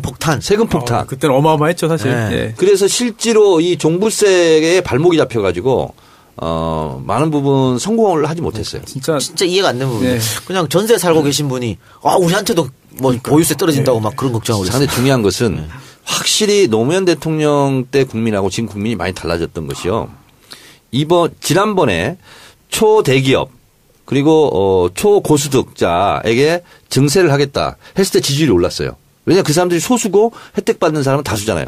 이번 8.2 부동산 대책 발표 후에 지지율이 올랐어요. 그래요? 노무현 대통령 때는 떨어졌어요. 그만큼 국민들이 많이 현명해지고 이제 알 거 안다 이거예요. 그래서 예를 들면 조중동 이런 데 휘둘리지 않는다. 이런 근데 거죠. 의원님 저기 질문이 하나 있는데 그때 노무현 대통령 때 그 부동산 대책이 나왔을 때가 임기가 시작되고 얼마 있다가였어요? 이때 2005년도였을 거예요. 그럼 몇 년 얼마 있다가요? 중반기죠. 그러니까 중반기라서 안 된 거야. 나는 지금 우리 문재인 대통령이 굉장히 어려운 일들을 처음에 시작을 하는 게 지금 해야 돼요. 아니, 왜냐하면 박근혜 정권 내내 집값이 올랐기 때문에. 그러니까 지금 뭐 이 원전도 그렇고 지금 여러 가지 일들이 어려운 일들을 처음부터 뚫고 들어가는 게 지금 해야 되는 맞는 거예요. 근데 이게 1년, 2년 정도 지나고 하면 그때부터 동력이 떨어지는 거죠. 그러니까 지금 저게 잘하는 것 같아요, 저는. 이제 그 말은 맞고요. 근데 이제 문재인 정부와 노무현 정부는 지지 기반과 그리고 강구함 이런 것이 많이 달랐어요. 그러니까 노무현 대통령 때는 지금 문재인 대통령처럼 그렇게 예를 들면 박근혜 탄핵이라든가 이런 국면이 없이 김대중 정부의 정권 재창출이었잖아요. 그렇기 때문에 지금 문재인 대통령 이 정부하고는 이제 현실과 조건이 많이 달랐죠. 그래서 기계적으로 비교하는 것은 좀 아니 시기도 다르고 근데 지금 이것도 이제 주변에 있는 사람들 굉장히 많은 민원이 지금 오고 있는 것 중에 하나가 이런 대책은 좋다 이거야. 근데 여기서 일어나는 야기되는 많은 문제점들을 지금 전혀 해결을 하지 않고 그냥 이렇게 던져놨다는 거죠. 그러니까 지금 분양 다 받은 사람이고 이제 돈을 융자 받을 걸 생각하고 했는데 융자액이 뚝 떨어지는 거예요. 뭐 난리래요 지금 은행마다. 은행원들이 지금 뭐 거의 막 대상포진 걸리고 난리가 났다고 지금 막 어필을 해오는 게 이렇게 구체적인 사안들에 대한 문제를 해결하지 않고 이렇게 해놓으면 어떡하느냐. 그분들한테 아마 유예가 되는 그런 조치를 아마 취할 거라고 봅니다. 아직은 안 돼 있는데요. 그래서 이런 것들이 전부 다 나와야 돼요. 나와야죠. 네, 구체적인. 예를 들면 우리 당 중진 의원들도 언론에 대고 몇 가지 불만 사항을 또 얘기했더라고요. 네. 예를 들면 이번 부동산 대책 발표한 내용 중에 도시 재생마을 사업이라는 게 있습니다. 그러니까 서울 지역은 해당되지 않는다. 서울시에서는 계획하고 있었거든요. 그거 이제 불만 있는 사람도 좀 있고 그리고 금리를 그대로 두고 이렇게 되면 어떡하냐. 그래서 금리에 대해서도 불만이 있고 그런데 저는 디테일로 가다 보면 불만이 없는 사람이 있을 수 있겠습니까? 그런데 이것은 좀 더 큰 거시적인 목적과 차원에서 하는 거니까 그런 부분의 불편함과 좀 다소 억울한 부분도 있을 수 있어요. 그러니까 저도 봤는데 그러니까 이 대책이 발표되기 전에 계약한 사람까지는 그냥 기존 거를 해줘야 되는 거죠. 왜냐하면 중도금하고 다 대출 나올 걸 계산해서 했는데 안 나와요. 이렇게 되면 착 골치 아파지니까. 그러니까 모든 법이든 대책이든 소급 적용은 안 하지 않습니까? 그러니까 기존에 했던 사람들에게는 피해가 없고. 그렇죠. 그러니까 이 8.2 부동산 대책 발표 이후. 그렇습니다. 8월 3일부터 거래하는 그렇습니다. 거 이런 것을 규제한다는 거고요. 그리고 또 유예 기간을 뒀어요. 알아서 정리를 해라. 내년 4월까지. 그랬으니까 저는 지금까지 발표한 이런 부동산 종합대책 중에서 가장 좀 내실 있지 않나. 가장 견고하지 않나 이런 생각이 좀 해요. 손수호 변호사. 네. 자가예요? 네. 많이 올랐습니까? 언제 샀어요, 일단? 박근혜 정권, 이명박 정권. 언제지? 정확히 모르겠는데요. 집이 여러 채 있어요? 한 채입니다, 한 채. 한 채 산 거 얘기하란 말이에요. 그러니까 언제인지를 모르겠는데요. 아니, 집을 언제 산 것이 관심이 없을 정도로 이렇게 부자예요? 아니, 별로 제가 살림에 신경 안 써가지고. 그러면 땅 산 거 얘기해 보세요. 땅이요? 네. 다른 땅. 땅 없는데. 땅도 없고 집 한 채 달랑 지금 부동산 있는데 언제 샀는지를 기억을 못해? 저는 지금 회사 운영하느라고 뭐 몇 년 동안 다른 거 신경 하나도 못 써요. 결혼은 언제 했는지 알아요? 약 10년 전경. 얼마 주고 샀는지 기억나요? 대충? 알죠. 그러면은 지금 좀 올랐겠네? 조금 올랐어요. 조금? 서초인데도? 조금? 아니, 서초에도 좋은 동네 있고 또 그래요? 저희 방일시장 동네는 꽤 많이 안 올랐어요. 근데 저는 이 재테크에는 아무런 지금 관심도 없고 솔직히 재주도 없고 그런데 저는 이사 갈 때마다 제가 사전에 가본 집이 없어요. 우리 그 애기 엄마가 항상 가서 계약을 하고 아니에요, 전화를 해요. 저랑 비슷하신데요? 자랑이 아니에요. 자랑하는 거 아닙니다. 네. 주소 갖고 찾아가지 저녁 때. 네. 근데 제가 성산 이동에 아파트를 샀는데 10년 전에 샀거든요. 그 가격 그대로야. 아 그래요? 네. 그래? 마포가 아니지. 마포가 지금 가격을 찍은 아니 근데 우리 아파트는 그래요. 에이 설마요. 아 그대로라니까. 아니 길 건너 고점은 엄청 올랐는데 가져올 이건 아니야 이건 아니야. 그런데 거기가 여러 가지로 불편해요. 근데 상암동에는 이제 우리보다 평수가 한 15평 적은 평수가 내가 갈 때가 4억 정도 됐어. 근데 지금 우리 아파트하고 똑같아졌어요. 네, 그러면은 하여튼 부동산 대책이 빠른 시일 내에 연착륙 됐으면 하는 바람이고 그 국민의당이 두 번째 키워드예요? 네. 그러면 광고 듣고 와서 국민의당 키워드 분석 들어가 봅시다. 안녕하세요. 강아지를 기르시는 정치알바 청취자 여러분. 매일 먹는 사료는 까다로운 기준으로 고르지만 간식으로는 어떤 걸 사줘야 할지 항상 고민 중이시죠? 브랜드 캔 제품은 못 믿었고 이름 모를 패키지 제품은 방부제와 알러지가 걱정되고 그렇다면 디어디어는 어떠신가요? 디어디어는 뉴질랜드에서 자연 방목하여 기른 사슴으로 만든 간식입니다. 생갈비, 살코기 등 선별된 부위들을 가장 청결한 동결 건조 방식으로 생산하며 방부제, MSG 등을 일체 첨가하지 않은 100% 사슴만 담은 제품입니다. 뉴질랜드 국립산업부에서 허가받은 시설에서 만든 자연 그대로의 간식 디어디어. 나의 가장 가까운 친구이자 가족인 반려동물의 간식으로 어떨까요? 주소창에 ddkorea.net을 입력해 주세요. ddkorea.net. 이상 김 과장이었습니다.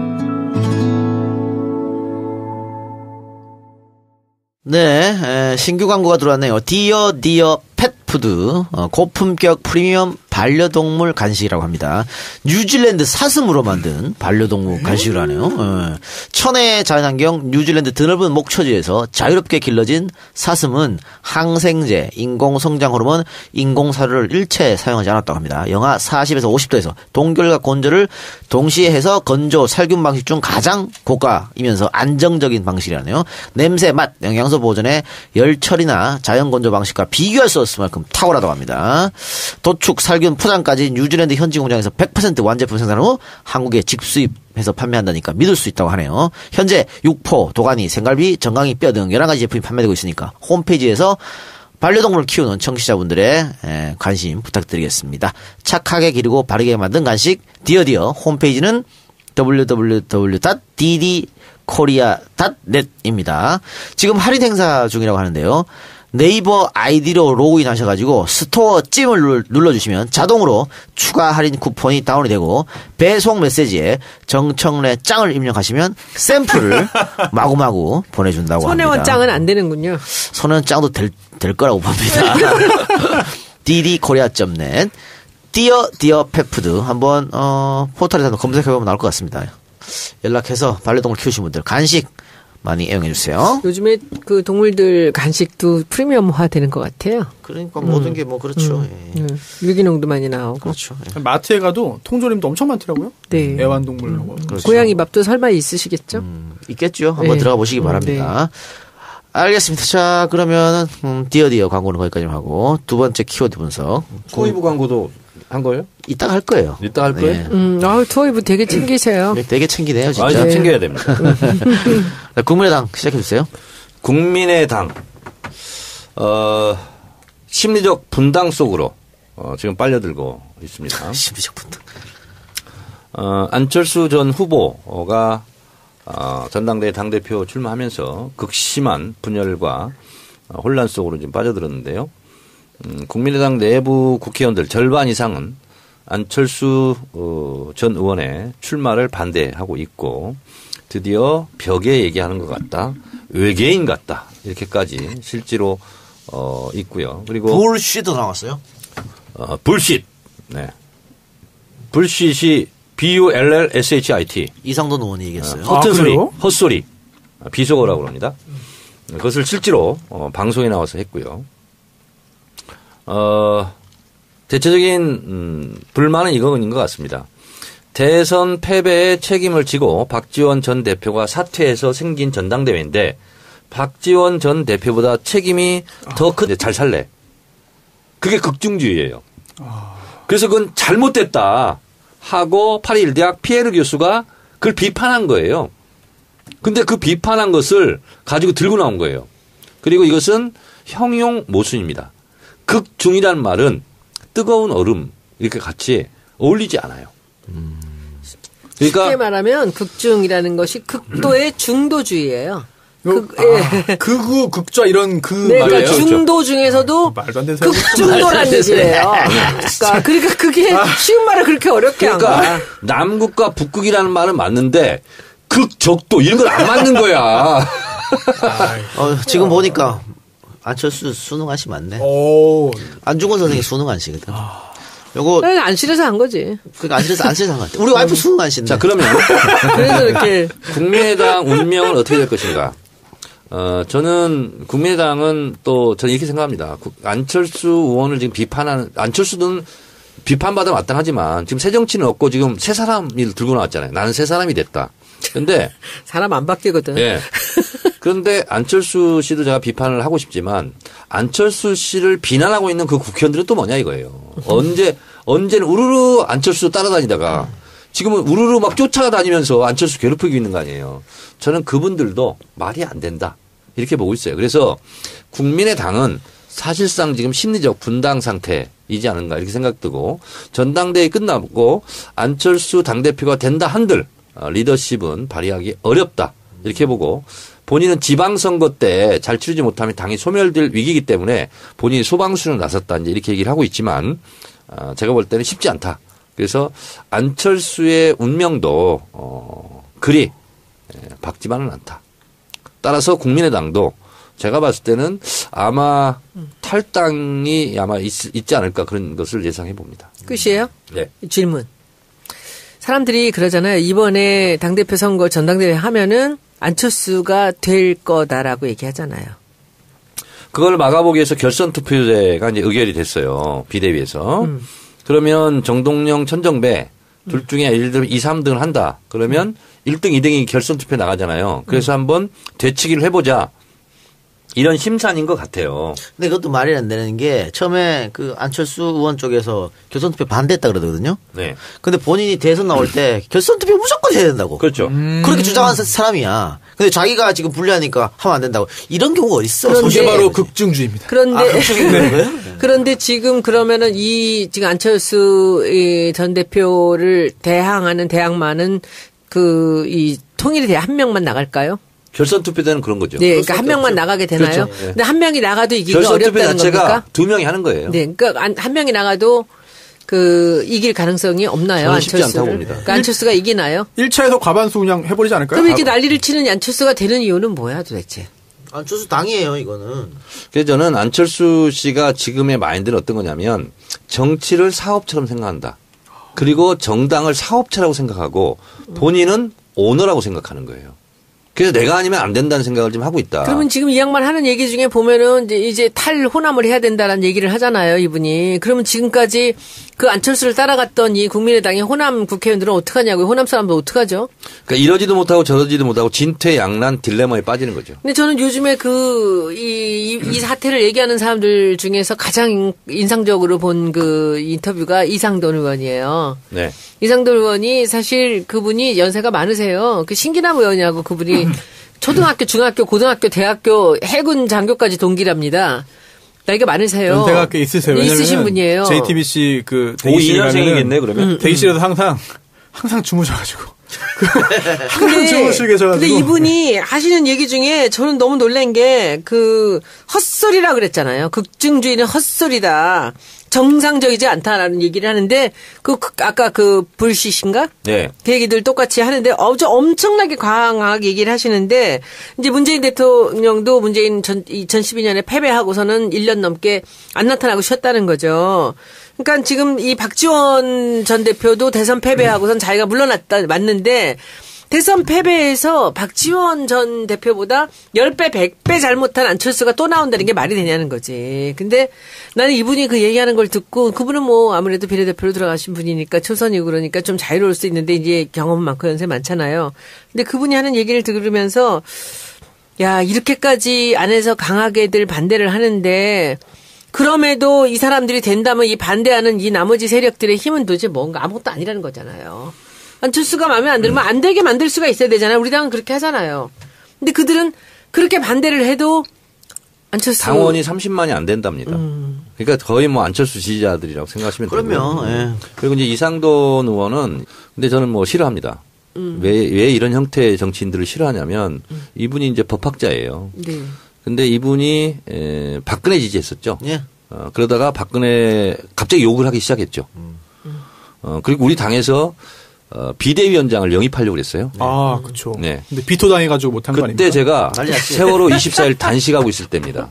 그래서 제가 정론관에 가서 국회 정론관에서 이상돈 씨를 비대위원장을 안 치면 나는 단식 장소를 당대표실로 옮기겠다. 그리고 이상돈 비대위원장 반대 단식 투쟁을 하겠다. 그때 대표가 누구였습니까?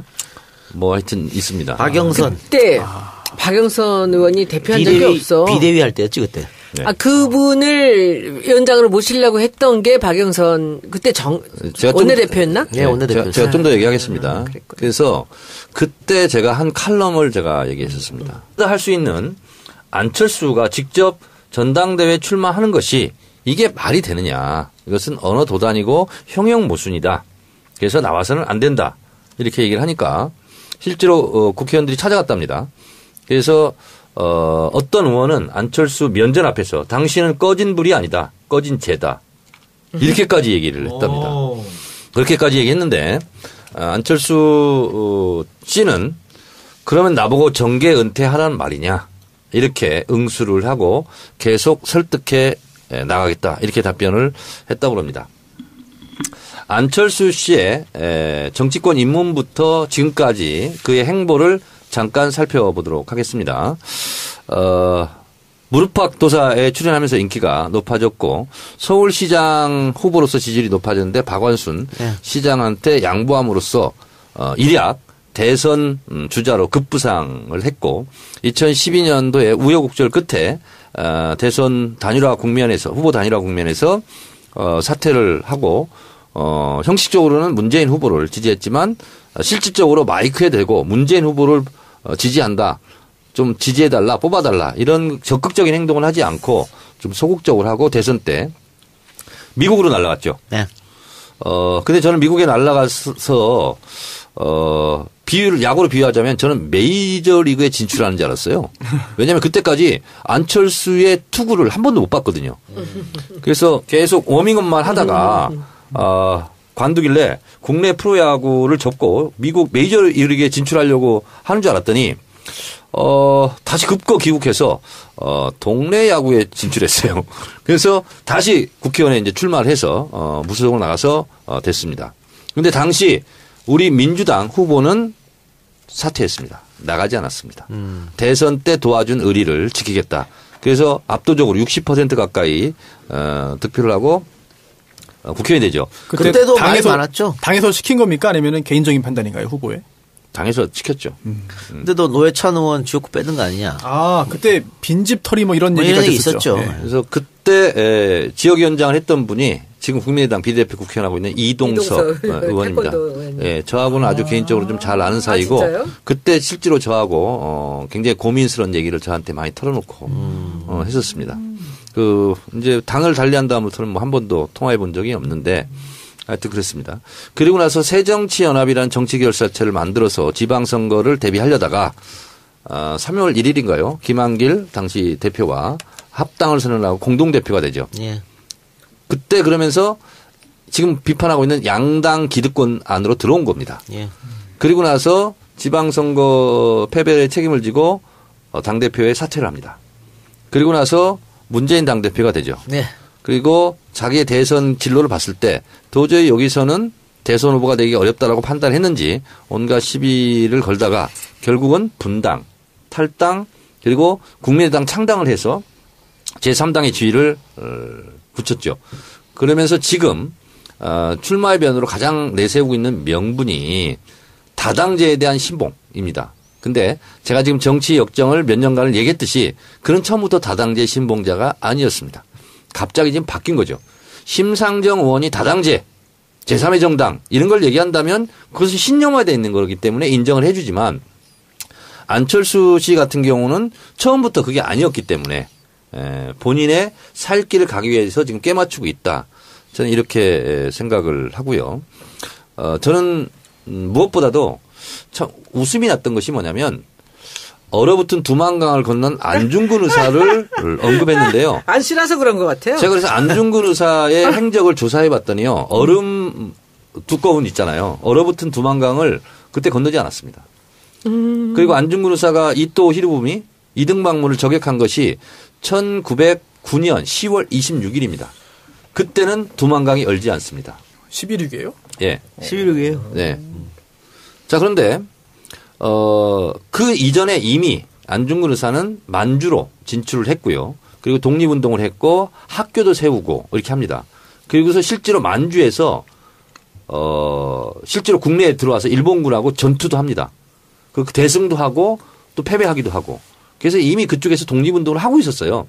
독립운동을 조국을 뭐 지키기 전에 다시 조국에 돌아오지 않겠다는 심정으로 얼어붙은 두만강을 건넌 것은 전혀 설정이 잘못된 거예요. 왜 그랬어요, 근데? 누가 잘못 입력을 했겠죠. 아하. 정시라서. 그래서 제가 김광진 의원이 페이스북에 썼어요. 사학도로서 이것은 설정이 역사적 설정이 맞지 않는다. 그걸 제가 어디서 보고 제가 실제로 안중근 의사의 그 있잖아요. 그 고종 때 태어났잖아요. 그 순국하기 전까지 그 일대기를 제가 또 공부를 해봤더니 얼어붙은 두만강을 건너는 그런 뭐 조국을 구하 그런 게 아니고 이미 가 있었어요. 우리 역사 전문가 이 작가님께서 또 한 말씀 해주셔야죠. 아니 수능안 씨인가 안철수? 네? 수능안 씨인가? 그리고 극중주의를 들고 나왔습니다. 생전 처음 들어보는 말인 것 같아요. 극중주의는요 한번 생전 처음이지 그럼. 얘기한 학자가 있습니다. 있어요? 네, 프랑스 파리 일대학의 피에르 세느라 교수인데요. 그분이 왜 극중주의를 썼냐면 극중주의를 비판하려고 썼습니다. 이게 뭐냐면 프랑스 혁명 이후에 니콜라이 18세 다시 왕정을 복구한 때가 있었습니다. 그때 프랑스 혁명 세력들은 좌파죠. 이거 왕정으로 가면 안 된다. 또 왕당파들은 왕정으로 가야 된다. 좌우 대립이 극심했어요. 그때 루이 18세가 정치권 좌우 다 빠져. 나는 그냥 관료들하고 세상을 바꾸는 정치수다 팟캐스트 정치알을 바꾼다 110번째 방송 시작하겠습니다.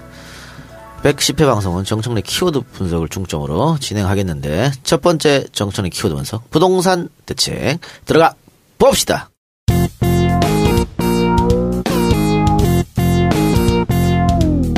정청래 키워드 분석 8.2 부동산 대책 문재인 정부의 주택 정책을 종합적으로 망라해서 발표했었죠. 핵심 요지는 집은 사는 곳이다. 주거 공간이다. 투기의 대상으로 삼지 마라. 이런 거고요. 1가구 1주택 이것이 맞다는 거죠. 그리고 근데 2주택, 3주택, 뭐 10주택, 50주택 이렇게 주택을 투기 대상으로 삼는 것은 앞으로 불이익을 주겠다. 이런 거죠. 그리고 지금 부동산 과열 조짐이 실제로 심각하더라고요. 그래서 보통 일반 분양 전매라든가 이런 것은 좀 규제가 있어서 좀 덜했는데 조합원 분양권 전매도 굉장히 지금 뭐 최근에 막 2배로 늘고 막 이러고 있대요. 그리고 서울 전 지역을 아마 투기 지역으로 지정한 것 같아요. 네. 세 개로 분류해가지고 지정을 했습니다. 투기 지역. 손혜원 의원님, 우리 마포구가 포함됐습니다. 네, 마포구. 서울 11개 지역. 이게 투기 지역이고요. 투기 과열 지역은 서울 전 지역. 네. 25개 구. 그리고 세종시, 과천시. 여기가 투기 과열 지역이고요. 그다음에 성남시를 비롯한 조정 지역을 발표했어요. 이렇게 해서 투기 지역, 투기 과열 지역에는 이 규제를 더 강화하겠다 이런 거고요.